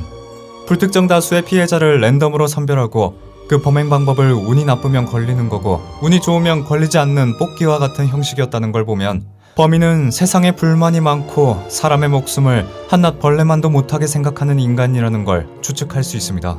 자신의 인생이 보잘것없고 아무것도 없이 공허했기에 이런 무차별적인 학살을 해 어떻게든 채우려고 했을 테죠.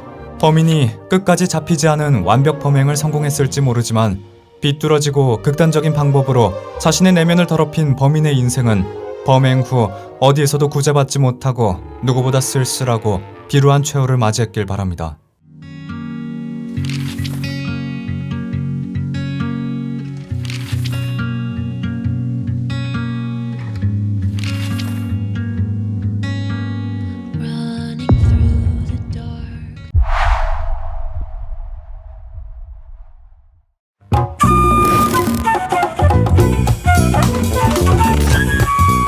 아르바이트가 끝난 후 집으로 가기 위해 자전거를 타고 가던 한 소녀. 그런데 소녀는 어딘가에 걸려 넘어지고 마는데요. 그때 의문의 소년이 그녀를 발로 찬 후 도망칩니다. 순간 소녀는 겁에 질렸지만 이내 또 다른 소년이 나타나 그녀에게 도움의 손길을 내밀었죠. 괜찮니? 소녀는 마음의 안정을 되찾고 자신을 도와준 소년의 손을 잡았는데 하지만 그 순간 엄청난 비극이 시작됐죠. 이 사건은 훗날 소년 탐정 김전일의 유명한 일화 중 하나가 되어 다시금 사람들의 이목을 주목시키기도 했는데요. 일본의 사이타마현 미사토시. 후르타 준코는 공부도 아르바이트도 열심히 하고 뛰어난 미모에 성격도 좋아서 인기가 많았던 평범한 고등학생이었는데요. 그날도 여느 때와 다름없이 아르바이트를 마치고 집으로 가던 중이었습니다. 그런데 소년의 손을 잡은 이후로 준코는 집으로 돌아오지 않았고 이틀 뒤 그녀의 부모님은 경찰에 실종 신고를 하게 됩니다. 준코에게 정말 무슨 일이 생긴 걸까요? 이후 사건 발생 3개월 만에 사라진 준코의 행방에 대한 소식이 들려오게 되는데요. 그것도 뜻밖의 일로 말입니다. 사건 당일 준코가 넘어지고 그녀를 도와주겠다고 나타난 소년이 있었죠. 그 소년의 이름은 미야노 히로시. 18세 청소년이었던 그로부터 준코의 행방에 대해 들을 수 있었는데요. 그는 몇 달 전에 저지른 준코와는 무관한 다른 절도 혐의로 경찰 조사를 받고 있었습니다. 이때 너 설마 사람을 죽여버리거나 그런 건 아니지? 뭔가를 떠보는 듯한 형사의 질문에 재발을 저린 그는 이 사건뿐만 아니라 자신이 저지른 또 다른 사건들도 이미 알고 있다고 착각했고 그 내용 중 준코의 행방에 대한 내용도 담겨 있었죠. 그는 그녀를 드럼통에 넣어 공터에 두었다고 했는데요. 형사는 고등학생이 저지른 것이라곤 상상이 되지 않지만 그래도 혹시 모르니 현장에 출동했죠. 그리고 그가 언급한 공터에서 정말 드럼통 하나를 발견했고 드럼통 안에는 이불, 콘크리트 등 무언가가 한데 섞여져 있었습니다. 엄청난 무게의 드럼통을 경찰은 즉시 해체하기 시작했죠. 그리고 그 안에서 발견된 준코의 시신. 이렇게 미야노 히로시는 이 사건의 진범으로 밝혀졌습니다.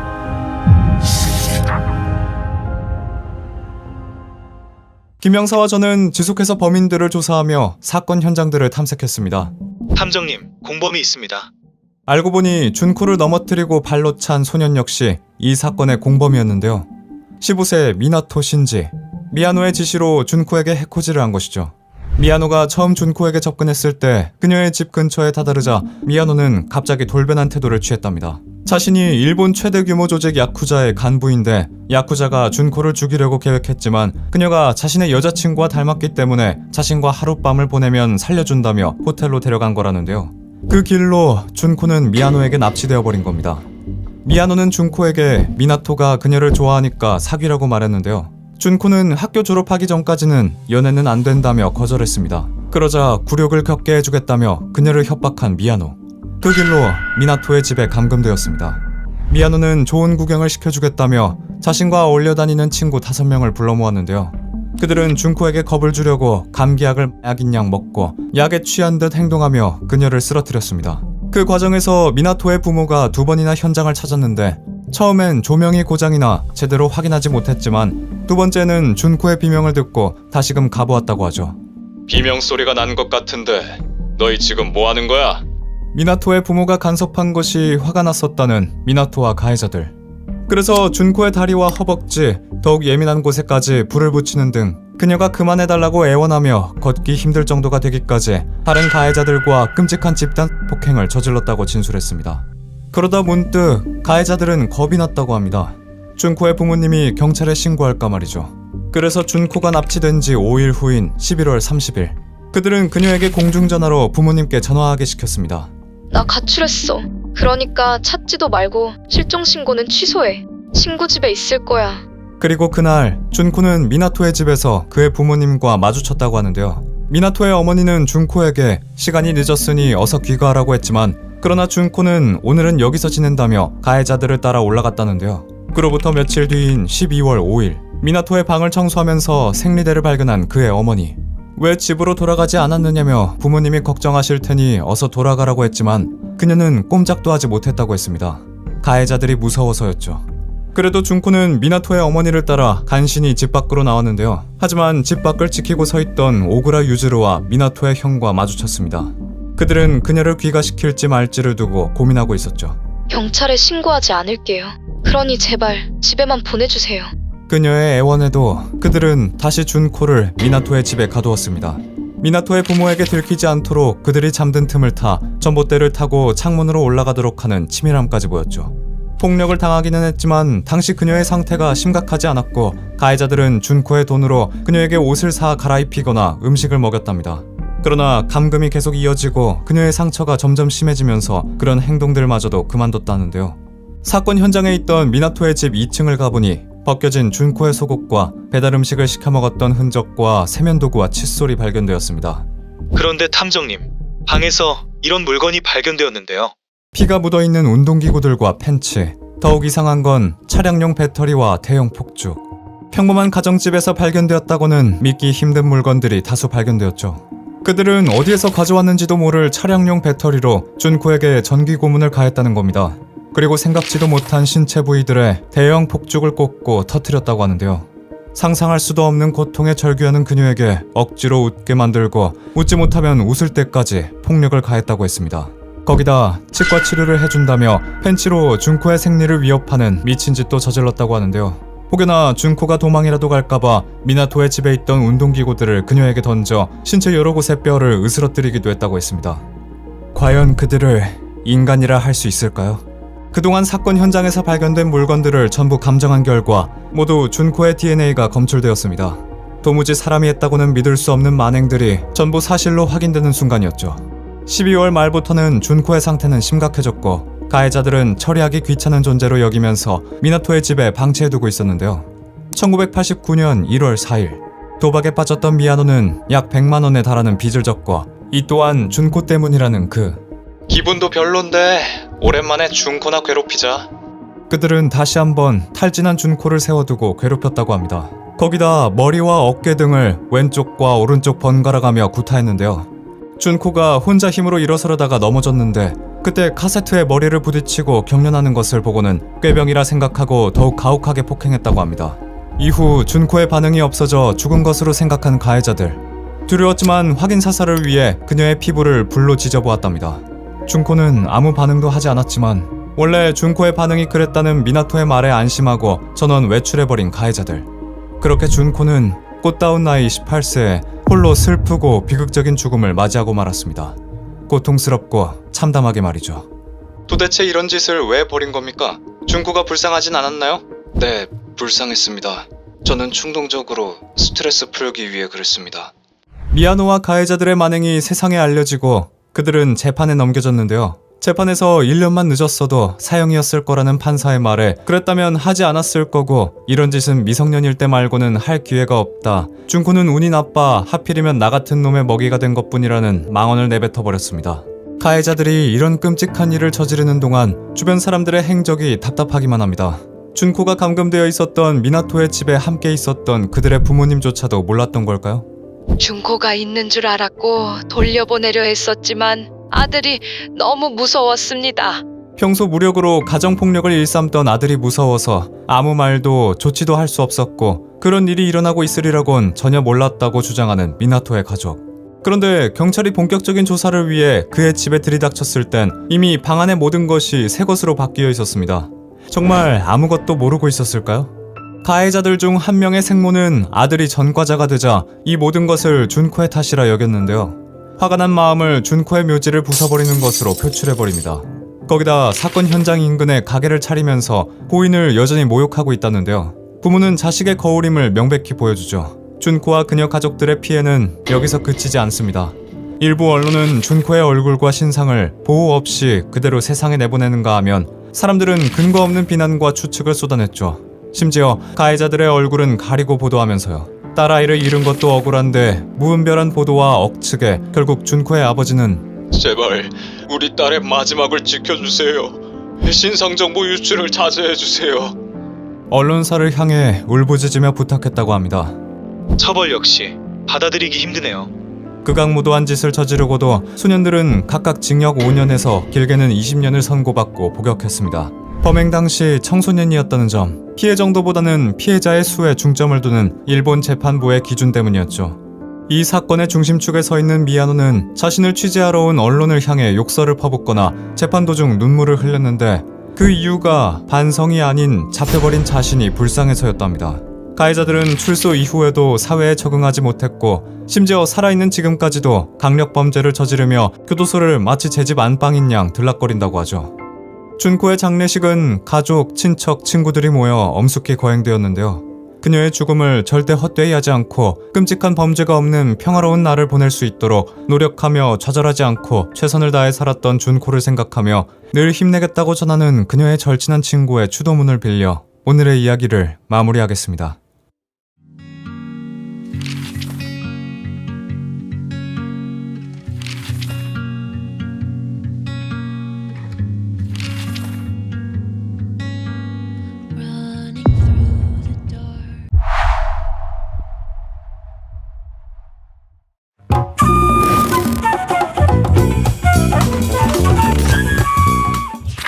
어느 날 병원에 중상을 입은 여자가 실려왔습니다. 여자의 몸엔 구타로 인한 둔상들이 곳곳에 남아있었고 팔다리와 갈비뼈는 골절돼 있었죠. 상태가 심각한 여자의 몸을 살펴본 의료진들은 여자가 끔찍한 폭력을 겪었다고 확신했지만 어디서 이런 일을 겪은 거냐고 묻는 질문에 여자는 굳게 입을 다물었습니다. 마치 누군가의 절대적인 명령을 받은 것처럼 어떠한 질문도 답을 하지 않는 여자. 의료진은 경찰을 불러 도움을 받으라고 여자를 설득했는데 그녀의 입에서 나온 말은 사람들의 등골을 서늘하게 만들었죠. 나는 나한테 시인 혼령 때문에 벌을 받은 것뿐이에요. 혼이 빠져나갔으니 이제 괜찮습니다. 여자의 말에 경찰은 그녀가 신흥 종교에 빠져있던 신도는 아닌가 짐작했습니다. 그리고 취조 끝에 여자가 소속돼 있던 사이비 종교의 본부를 알아냈고 수색을 하게 됐는데 그곳은 말라가는 지옥이나 마찬가지였습니다. 텅 빈 악귀나 다름없는 얼굴의 신도들이 또 다른 여성 신도 한 명을 몽둥이와 맨손을 동원해 무자비하게 폭행하고 있었고, 다른 방에선 미라화된 시신 6구가 나왔죠. 비슷한 시기에 터진 대규모 테러에 묻혔던 이 사건은 소년 탐정 김전일의 시퀄인 김전일 37세의 사건부에서 궤도 20면상 에피소드에 등장한 사이비 종교 파노라마 왕국의 모티브가 됐습니다. 해당 사건의 종교단체와 만화 속 파노라마 왕국은 범죄의 주범인 교주의 특징과 범행 동기 수법이 그대로 닮아있죠. 영혼을 정화하겠다는 명목으로 신도들을 구타하고 끝내 미라로 만든 사이비 단체. 과연 그 안에서 무슨 일이 일어났던 걸까요? 무더위가 시작되던 7월, 일본 스카가와에 거주하던 남성이 자신의 아들과 연락이 안 된다며 경찰에 실종 신고를 하게 됐습니다. 남자는 아들이 집에 들어오지 않고 연락이 끊긴 지 한 달이 넘었다고 했는데, 경찰은 처음에 이를 단순 가출이라고 봤지만 남자는 아들이 집을 나간 원인이 따로 있다고 했죠. 아들이 사이비 종교에 빠졌다고 합니다. 사라지기 전에 그 문제로 다툼이 많았다고 하네요. 저는 김 형사의 말을 듣고 그 일대에서 활동하는 사이비 단체들을 조사했습니다. 실종 신고를 한 남자의 증언을 토대로 젊은 남성들이 현혹되기 쉬울 만한 규율을 가진 단체를 중점적으로 알아봤지만, 아무리 찾아도 실종된 청년이 들어간 곳을 선별해내긴 어려웠습니다. 남자가 준 정보가 부족하기도 했지만 아무래도 우리가 찾는 단체는 신도들이 적고 규모도 작은 곳이라는 생각이 들었죠. 그러다 가까운 곳에 있었던 병원에서 미심쩍은 신고를 받게 됐습니다. 탐정님, 지금 병원에 폭행 피해자로 보이는 환자가 들어왔는데 구타법으로 폭행당했다는 것 같은데요? 구타법이요? 구타법. 그건 옛날부터 전해 내려오는 악귀를 쫓는 방법으로 육체를 직접적으로 구타하여 심한 고통을 줘 들어간 악귀의 영혼을 쫓아내는 의식이었습니다. 하지만 어디까지나 영적인 세계에서만 통하는 이야기일 뿐 현실 세계에선 단순 폭행이나 다름없었죠. 저는 바로 구타법으로 폭행당한 여자가 입원한 병원으로 향했습니다. 그리고 여자에게 그녀에게 무슨 일이 일어났던 건지 물었죠. 나한테 씌인 여우 귀신 때문이에요. 여우의 혼령을 쫓아내기 위해 교주님과 신도들이 의식을 치러주셨습니다. 여자는 자신이 당한 폭력이 의식의 일부였다고 믿고 있었습니다. 그러다 실종된 청년의 사진을 여자에게 보여줬는데, 이 사람? 여자는 청년이 신입으로 들어온 신도들 중 비슷하게 생긴 남자를 봤다고 말했고, 그렇게 찾고 있던 종교단체의 정체가 수면 위로 올라오게 됐죠. 하지만 이미 종교에 빠져버린 여자에게서 단체의 위치를 알아내는 건 어려웠습니다. 여자는 입을 굳게 다물었고, 저희는 여자가 병원에 오기 전 폭행당한 채 발견됐던 후쿠시마현 스카가와시의 한 동네를 중심으로 조사하기 시작했죠. 혹시 거주하지 않는 집에 사람들이 단체로 들어가는 걸 본 주민은 없는지, 아니면 이상한 소음을 들은 적은 없는지 물어가며 탐문 수사를 해나갔습니다. 그러다 인근에 살고 있던 주민에게서 결정적인 단서를 얻을 수 있었죠. 밤마다 그렇게 사람이 드나드는 소리가 들리더라고요. 종종 북소리도 났고요. 주민은 본인이 살고 있는 집 근처 주택에서 늦은 밤까지 소란이 있었고, 북소리와 함께 사람들의 고함 소리도 들렸었다고 말했습니다. 저희는 주민이 말한 곳에 종교단체의 본거지라고 확신했죠. 그런데 주민이 알려준 주소에 도착했을 때 저희는 당황할 수밖에 없었습니다. 사람을 세뇌하고 단체로 폭행까지 할 만큼 어마어마한 힘을 가진 종교단체의 본거지라고 생각했던 곳이 아주 평범하고 심지어 작기까지 한 가정집이었기 때문이었죠. 저희는 문을 두들기고 초인종을 눌렀습니다. 하지만 안에선 누군가 나오지 않았고, 그때 무슨 소리 안 들려요? 출동했던 경찰들 중 한 명이 집안에서 비명소리가 들린다고 말했고, 누군가 도움을 요청하고 있다고 생각한 저희는 급히 안으로 진입을 했습니다. 더 때려, 더. 그렇게 해서 여우 귀신이 나가겠어? 집안에선 또 다른 신자로 보이는 젊은 여성이 4명의 사람들에게 둘러싸여 무자비하게 폭행을 당하고 있었는데, 폭행에 가담한 사람들은 전부 한 중년 여성의 명령대로 움직이며 더 세게, 그리고 신도가 맞지 않는 부분을 노려 주먹과 몽둥이를 동원해 내리치고 있었습니다. 저희는 곧바로 신도들을 제지했죠. 그런데 그때 문제는 여기서 끝나지 않았습니다. 잠깐만요. 이게 무슨 냄새지? 무슨? 진짜 이게 무슨 냄새야? 현장을 수습하던 경찰들이 이상한 냄새가 난다며 술렁거리기 시작했습니다. 처음 들어갈 때부터 집안에선 꿉꿉한 담배 냄새가 났는데, 곧 제게도 그 담배 냄새를 뚫고 말로 표현하기 어려운 역겨운 냄새가 나기 시작했고, 저희는 냄새의 근원지를 찾아갔죠. 그리고 날파리가 날아다니는 복도를 지나 도착한 방의 문을 열었을 때 흡사 지옥도와 같은 광경이 펼쳐졌습니다. 다다미로 된 방바닥에 다닥다닥 붙어 누워있는 건 바로 미라화된 시체. 그것도 6구나 되는 시신들이 마치 잠을 자는 것 마냥 이불을 덮고 누워 있었고, 그런 시신들 근처엔 시신에서 나는 썩은 냄새를 가리기 위한 수십 개의 탈취제와 재떨이에 수북히 쌓인 담배가 보였죠. 사건은 순식간에 살인사건으로 바뀌었고, 경찰은 그 자리에서 용의자 4명을 긴급 체포했습니다. 신도들은 모두 그 집에서 공동생활을 하고 있었는데, 그중엔 이 기괴하고 폭력적인 종교단체의 기도사이자 교주인 에토 사치코도 포함됐습니다. 경찰은 체포 후 교주인 사치코와 신자들을 각각 한 명씩 취조했는데, 저는 사치코를 신문한 김영사로부터 소름 끼치는 말을 들을 수 있었습니다. 왜 시체를 그렇게 보관했냐고 물으니 영혼은 죽지 않고 자고 있는 거라고 하더군요. 냄새가 사라지면 다시 살아날 거라고요. 체포 당시 시신이 보관된 방에 있던 탈취제와 담배는 그저 냄새를 가리기 위한 용도가 아니었습니다. 사치코와 신도들은 그렇게 해서라도 냄새가 사라지게 된다면 언젠가 시신들이 다시 부활할 거라고 믿고 있던 겁니다. DNA 검사 결과 비틀린 믿음에 희생된 6구의 시신들은 모두 사치코를 따르던 신도들이었던 걸로 밝혀졌고, 사인은 공통적으로 사치코에게서 여우 혼령이 씌었다는 선고를 받아 구타법으로 구타를 당하다 결국 사망에 이른 거라는 게 밝혀졌습니다.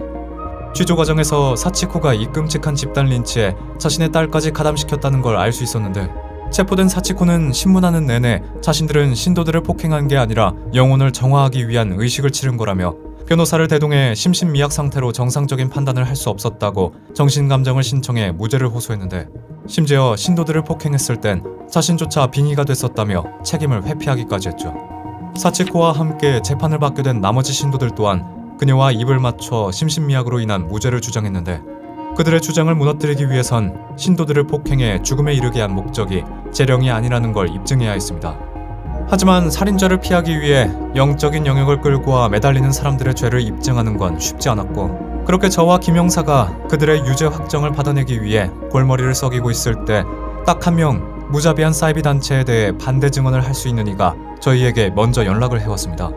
바로 체포 당시 교주와 신도들에게 구타를 당하고 있었던 여성 신도였죠. 그녀는 사치코가 거짓말을 하고 있다고 말했습니다. 폭행당한 신도들한테 여우 귀신이 씌었었다는 건 다 변명일 뿐이에요. 그 여자가 구타를 당할 신도를 뽑는 기준은 다른 데 있었다고요. 이 종교단체에선 기도사이자 교주인 사치코의 말이 곧 법이었는데, 사치코에게서 여우 귀신이 씌었다는 선고는 곧 사형 선고나 마찬가지였다고 합니다. 그런데 이 선고의 기준이 다분히 사치코의 사적인 감정이 섞여 있었다고 말했죠. 여성 신도의 증언에 따르면 사치코는 함께 살던 신도 한 명과 각별한 사이였다고 합니다. 21세의 젊은 남성 신도였던 네모토라는 청년이었죠. 실제 그는 사치코와 함께 현장에서 체포된 신도들 중 하나였고, 다른 신도들은 그가 공동생활의 책임자였다고 말했습니다. 여성 신도는 네모토가 사치코와 특별한 사이가 된 이후 그 자리를 얻었다고 말했고, 네모토를 무시하거나 의견을 거스르는 이들은 모두 여우 귀신이 씌었다는 선고를 받고 구타법을 당해야 했다고 했죠. 심지어 네모토와 가깝게 지내는 여성 신도를 발견하면 남자를 유혹한다는 죄목으로 또다시 선고를 받고 구타법을 당해야 했다고 했습니다. 가장 오래된 신도에게 들었는데 그 여자 이전엔 신흥종교 집단에 있었다고 했어요. 거기서 쫓겨나고 자기를 따르는 신도들을 모은 거라고요. 저희는 사치코에 대해 더 알아보기 위해 그녀가 몸담고 있던 신흥종교 집단을 조사하게 됐습니다. 그녀가 본격적인 교주 활동을 하기 전에 살았던 지역을 중심으로 그녀의 지인들의 증언을 토대로 범위를 좁혀나갔는데, 그러다 그녀가 결혼했을 당시 텐코 마을이라는 종교단체에 들어갔다는 걸 찾았죠. 교주가 되기 전 사치코는 그저 평범한 주부였고, 남편이 실업 후엔 화장품 방문 판매 일을 하며 성실하게 돈을 버는 가장이었다고 합니다. 남편이 경마와 도박으로 쌓은 빚을 청산하기 위해 악착같이 일을 하며 결국 회사에선 톱세일즈 레이디라는 명성까지 쌓았죠. 그러다 몸이 안 좋아진 남편과 함께 텐코 마을의 일원이 됐는데, 비극은 어쩌면 거기서부터 시작된 건지도 모르겠습니다.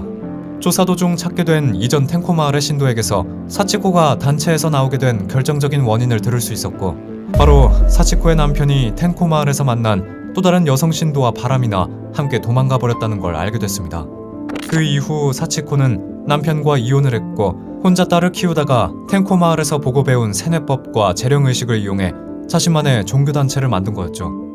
이전에 세일즈를 위해 화려한 언변을 구사하던 그녀라면 아마 생활이 힘들어지고 기댈 곳이 필요한 이들을 구워 삶는 일 정도는 어렵지 않았을 겁니다. 배우자의 태만으로 기울어진 집안을 어떻게든 일으켜 세우기 위해 고군분투하며 살다 끝내 배신을 당한 사치코. 나락으로 떨어져 비참해진 삶은 그녀를 자신과 같은 힘든 사람을 이용하고 끝내 살해한 괴물로 만들었습니다. 사치코와 그녀의 신도들은 끝까지 심신미약을 주장했지만 검찰 측은 그들에게 살인죄와 감금, 폭행, 그리고 과실치사 등의 죄목으로 징역을 구형했습니다. 하지만 그들은 억울하다 항소를 해왔고 2001년 사치코가 신도들을 폭행했던 계기 중 신도이자 애인이었던 네모토에 대한 사적인 감정이 포함됐던 게 인정이 돼 애인에 대한 피고의 독점욕과 개인적인 동기로 인한 범행으로 간주된다는 결과와 폭행 시 빙의가 됐다는 주장 또한 빙의가 일시적인 것에 지나지 않고 대부분의 폭행은 책임 능력을 가진 상태에서 행해졌다는 게 인정돼 항소는 기각됐죠. 그런데 이 판결 또한 받아들이지 못한 사치코 측은 또다시 2008년까지 정신감정을 요구해 심리가 재개됐는데 그럼에도 불구하고 그녀의 주장을 믿어주는 사람은 없었습니다. 재판장은 집요한 폭행을 계속해왔으며 종교적 믿음을 핑계로 살해를 협박하고 6명의 목숨을 빼앗은 결과를 피할 수 없다. 또한 종교적 집단에 의한 사건으로 사회에 끼친 부정적인 영향도 무시할 수 없다는 점을 강조해 사치코에겐 결국 사형이 내려졌습니다. 그녀의 신도들 또한 죄목에 따라 각각 무기징역과 징역 18년, 3년을 받게 됐죠. 사치코의 사형은 2008년 10월 5일에 확정됐지만 변호사와 함께 책임 능력 등의 이유로 2012년까지 재심 청구 절차를 진행했습니다. 2012년 말까지 청구 절차는 진행할 예정이었지만 결국 법무부의 명령에 따라 2012년 9월 27일 미야기 감옥에서 형이 집행됐죠. 그녀의 나이 향년 65세였습니다. 이 사건이 소름 끼침과 동시에 화가 나는 건 사치코 본인 또한 자신이 죽인 이들과 같이 종교의 구원을 바랬던 신도였던 점입니다. 아무리 발버둥 쳐도 나아지지 않는 현실에서 끝내 영적인 영역에서 마음의 평화를 얻고 싶다는 마음을 누구보다 잘 아는 사람이 그렇게 약해진 이들의 마음을 자신의 욕심껏 이용하다 이용 가치가 없어지니 가차없이 버렸다는 게 이 사건에서 가장 극악무도한 점이죠. 물론 교주가 되기 전 그녀의 삶 또한 누구보다 비참하고 사람들의 동정을 살만했습니다. 하지만 그렇다고 해서 또 다른 피해자들을 양산하며 썩어 들어간 그녀의 영혼은 그 어떤 믿음으로도 구원받지 못할 것입니다.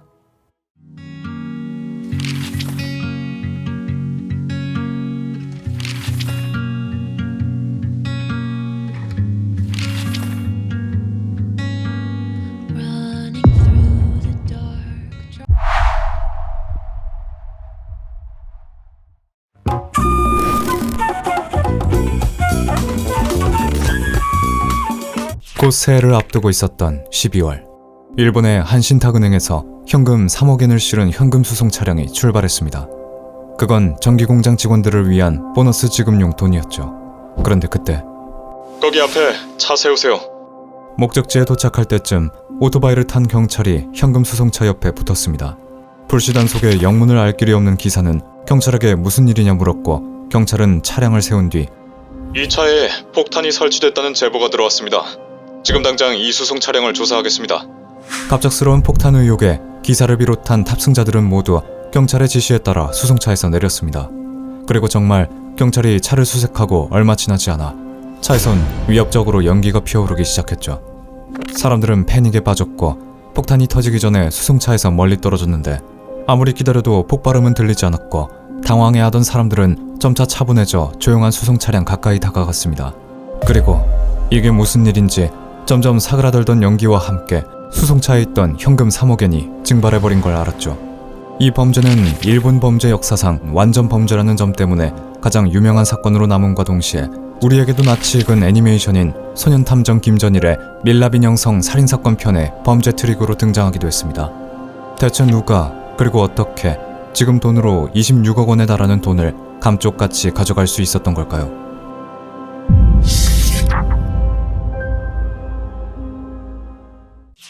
비가 많이 내리는 날 오후, 탐정님, 시바우라 전기공장 인근 도로에 있는 현금 수송 차량에서 현금 3억 엔이 도난됐다고 합니다. 김 형사에게 현금 수송 차량이 털렸다는 소식을 듣게 됐습니다. 신탁은행인 코쿠 분지점에서 출발한 현금 수송 차량에서 3억 엔이 강탈당했다는 신고가 접수됐는데 하나로 300억 원이 넘어가는 어마어마한 돈이죠. 저희는 바로 현장으로 출동했고 그곳엔 텅 빈 현금 수송 차량과 오토바이 한 대, 그리고 황당한 표정의 은행 직원이 기다리고 있었습니다. 수송 차량은 시바우라 전기 공장으로 향하고 있었는데 공장에 도착했을 때쯤 수송 차량 가까이 오토바이를 탄 경찰이 다가왔고 차를 세웠다고 했죠. 얼마 전 스가모 지점 지점장 자택에서 폭탄이 터졌습니다. 그리고 이 수송 차량에도 폭탄이 설치됐다는 제보가 들어와서 지금 당장 차량을 조사해야 하니 협조해 주시죠. 믿기 힘든 사실이었지만 실제로 며칠 전에 코쿤분 지점 지점장은 폭탄 테러 예고를 당한 적이 있었다고 합니다. 때문에 많은 인원이 투입되어 잠복까지 했지만 아무리 기다려도 협박범은 나타나지 않았었다고 하죠. 이런 일이 있고 얼마 안 된 시점인지라 수송 차량에 있던 은행 직원은 운전을 하던 기사와 함께 의심 없이 차에서 내렸다고 하는데요. 하지만 몇 분이 지나도 뭔가 터지는 소리가 들리지 않았다고 했습니다. 이내 차를 수색하던 경찰과 함께 현금 3억엔이 든 현금 가방이 사라진 걸 알게 됐다고 했죠. 당황한 은행 직원은 그때까지만 해도 경찰이 자신들을 구하기 위해 차량에 장착돼 있던 폭탄을 가지고 먼 곳으로 갔다고 생각했다고 합니다. 이내 계속 차량 옆에 세워져 있던 오토바이를 발견했고 그 오토바이는 이거 진짜 경찰용 오토바이가 아니잖아. 수송차를 수사했던 경찰은 경찰이 아니었던 겁니다. 현장에서 수송 차량 옆에 세워져 있던 오토바이는 경찰들이 순찰할 때 타는 오토바이가 아니었습니다. 현재 경찰들이 타는 오토바이는 전부 혼다에서 나온 모델이었지만 현장에 있던 오토바이는 야마하의 모델이었죠. 그리고 수송차 내부를 들여다봤을 때 범인이 피웠던 것으로 추정되는 연막이 발견됐습니다. 경찰을 사칭한 범인은 연막탄으로 곧 폭탄이 터질 거라고 모두를 속인 거였죠. 이 수법은 마치 애니메이션 소년탐정 김전일에서 나온 범행수법과 유사한데요. 해당 애니메이션에서는 완전 범죄의 예술성을 찬양하던 대학생들이 완전 범죄를 꾸미기 위해 현금 수송 차량을 털었고 그 안에서 3억엔이란 돈을 훔쳤죠. 범인은 코쿠분 지점 지점장을 협박했던 협박범과 동일 인물이거나 최소 공범일 것 같습니다. 그때 나타나지 않았던 범인 말인가요? 6일 전에 있었던 지점장에 대한 협박은 일종의 연막작전으로 폭발에 대한 이야기를 은행에 흘려놔야 자연스럽게 그걸 전해들은 은행 직원이 폭발물을 조사한다는 경찰의 말에 아무 의심 없이 협조했을 테니 말이죠. 제 의견을 들은 경찰은 협박범과 3억엔 절도범을 동일 인물로 두고 수사를 시작했습니다. 이때까지만 하더라도 범행 현장을 본 이들은 모두 범인을 잡을 수 있을 거라고 확신했는데요.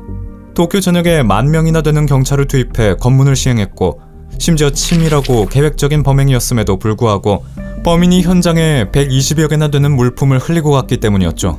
하지만 증거가 될 수 있었던 수많은 단서들은 곧 무용지물이 되고 말았습니다. 범행 당일에 비가 와서인지 범인이 놓고 간 물건들이 훼손돼 지문이나 DNA를 얻을 수 없었고 놓고 간 물건들 모두 누구든 어디서나 살 수 있는 공산품이었기 때문에 범인을 특정하긴 어려웠죠.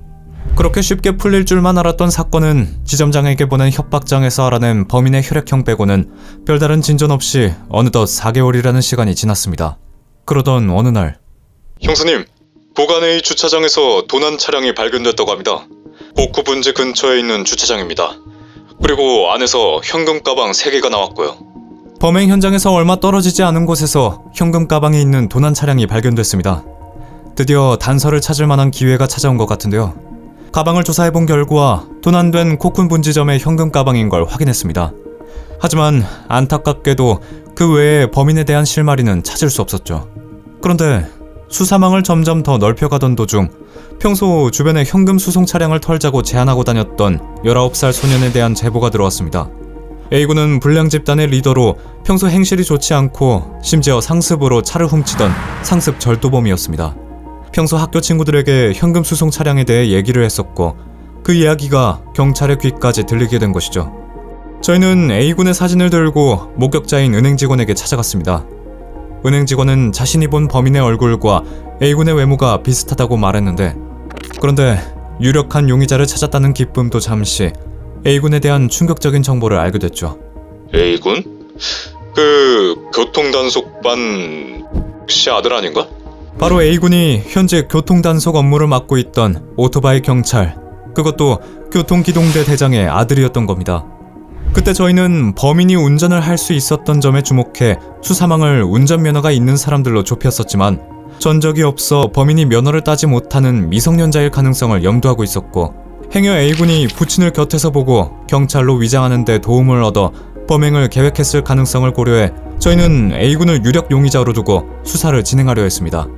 혹시 경찰인 부친이 가담을 하진 않았는지 그리고 함께 활동했던 불량 집단은 연루되지 않았는지 조사에 착수하려 했지만 이 또한 사건의 돌파구를 만들어주지 못했습니다.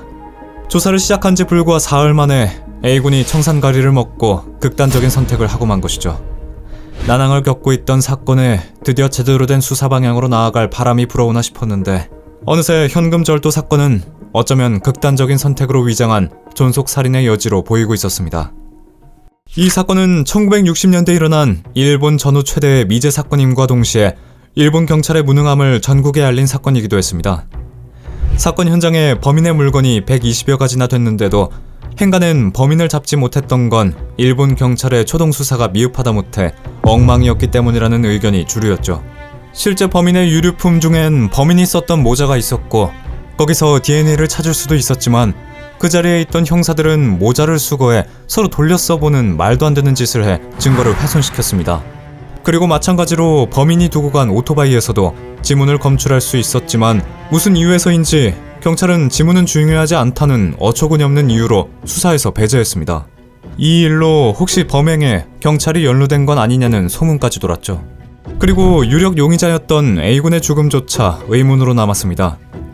A군은 청산가리를 홍차에 넣어서 마셨는데 실제 청산가리가 타진 찻잔에서 경찰인 A군의 아버지의 지문이 검출돼 이건 용의자로 지목된 소년의 극단적인 선택이 아니라 아들의 범행을 묻기 위해 아버지가 직접 살해한 것이 아니냐는 의혹이 불거졌죠.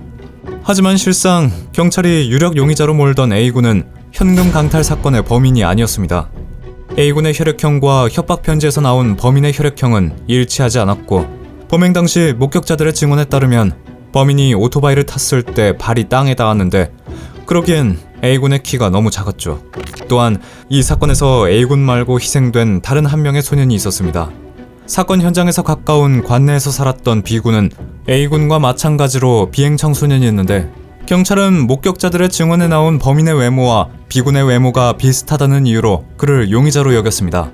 그리고 범인의 몽타주를 배포하는 과정에서 객관적인 입장에서 목격자의 증언을 토대로 몽타주를 제작하는 것이 아닌 B군의 사진을 몽타주로 사용했습니다. 그런데 말도 안 되는 일은 여기서 끝이 아니었습니다. 그렇게 몽타주까지 만든 B군은 현금 강탈 사건 1년 전에 이미 극단적인 선택으로 세상을 뜬 고인이었던 거죠. 결국 처음부터 끝까지 엉망이 되어버린 수사 과정에 대해 수사본부에선 범인은 몽타주와 닮지 않았을 수도 있다는 웃음도 나오지 않는 해명을 내놓았습니다. 이후 사건의 단서와 민심을 모두 잃은 경찰은 지푸라기라도 잡는 심정으로 탈취된 현금 중 유일하게 알고 있었던 500엔짜리 지폐의 일련 번호 2000개를 공개했으나 범인이 훔친 돈을 쓰지 않은 건지 탈취된 현금은 시중에 전혀 나타나지 않았습니다. 사라진 돈 3억엔, 그리고 7년의 수사 과정에서 쓰인 예산 10억엔과 17만 명의 인력이 쓰여 총 11만 명의 용의자를 지목해내긴 했지만 해결되지 않은 전무후무한 미제 사건. 그렇게 영원한 미스터리로 남을 것 같은 이 사건은 사건이 발생하고 31년이 지난 1999년 한 여성의 일기로 인해 다시 수면 위로 올라왔습니다. 한 남자가 본인이 단골이었던 신주쿠 어느 식당의 사장인 여자의 컴퓨터에서 파일 하나를 빼돌려 유출시켰는데 그 파일은 사장의 일기였는데 그 일기엔 3억엔 사건의 전말이 기술돼 있었죠. 여자의 일기에 따르면 여자는 과거 친오빠의 친구 무리에서 한 남자를 만나 사랑에 빠졌고 그 남자의 부탁으로 전기 공장으로 향하던 현금 수송 차량을 털었다고 써져 있었습니다. 둘은 완전 범죄를 위해 몇 번씩 예행 연습을 했고 범행 당일 여자가 직접 오토바이를 타고 현금을 빼돌려 약속 장소에 차를 대고 기다리고 있던 남자에게 훔친 돈을 넘겼다고 말이죠. 일기에 적힌 내용엔 범행 준비와 범행 당시 그리고 그 후의 이야기들까지의 경위가 아주 세세하게 기록돼 있었습니다. 그리고 실제 일기에 써졌던 것과 같이 범행 현장 부근에선 장시간 정차됐던 차량이 하나 있었는데 그 차량에 한 남자가 타고 있었다는 목격자도 존재했죠. 수사 과정에서 경찰은 범인을 남성으로 제안했었는데 이후 범인의 뒷머리가 장발이었다는 목격자가 나타나기도 했습니다. 정말 일기에 적힌 대로 이 여자가 범인이며 연인이었던 공범이 존재했던 걸까요? 범인이 공범인 연인이라는 가능성은 소년 탐정 김전일에도 등장했습니다. 완전 범죄를 꾸민 대학생들 사이에 연인인 남녀가 나오는데 작중에선 훔친 돈으로 인해 공범들 사이에 분란이 일어나고 그 과정에서 남자가 무리에 의해 살해돼 남은 여자가 복수를 하는 내용으로 각색됐었죠. 또한 실제 범인이 범죄 현장에 남긴 유류품은 작중에선 일부러 흘린 것으로 바뀐 것 또한 실제와는 달랐습니다. 그리고 실제 유출됐던 여자의 일기는 진짜인지 조사가 이루어지거나 밝혀진 건 하나 없었지만 출판사로 넘어가 그의 책으로 나와 화제가 되기도 했죠. 범인은 끝내 찾지 못했지만 억울한 피해자들과 훗날 수십 개의 대중매체에 등장해 그 영향력을 알린 미제 사건 또한 일본에서 월급이나 보너스를 은행 계좌에 직접 지급하는 시스템으로 바뀌는 계기가 되기도 했습니다. 이 사건에 쓰인 돈과 인력이 어마어마하고 용의자로 몰렸던 부수적인 피해자들이 존재한다는 점도 안타깝지만 초동 수사만 제대로 됐다면 범인을 잡을 수 있었던 사건이었기에 오래된 사건임에도 우리의 마음을 답답하게 만드는 것이라 생각됩니다. 실제로 수십 년이 지난 지금도 일본 경찰의 무능함은 종종 물을 건너 들려오기도 하는데요. 부디 과거의 실수와 잘못을 토대로 수사 과정 문제를 보완해 민생을 실망시키는 일이 없길 바랍니다.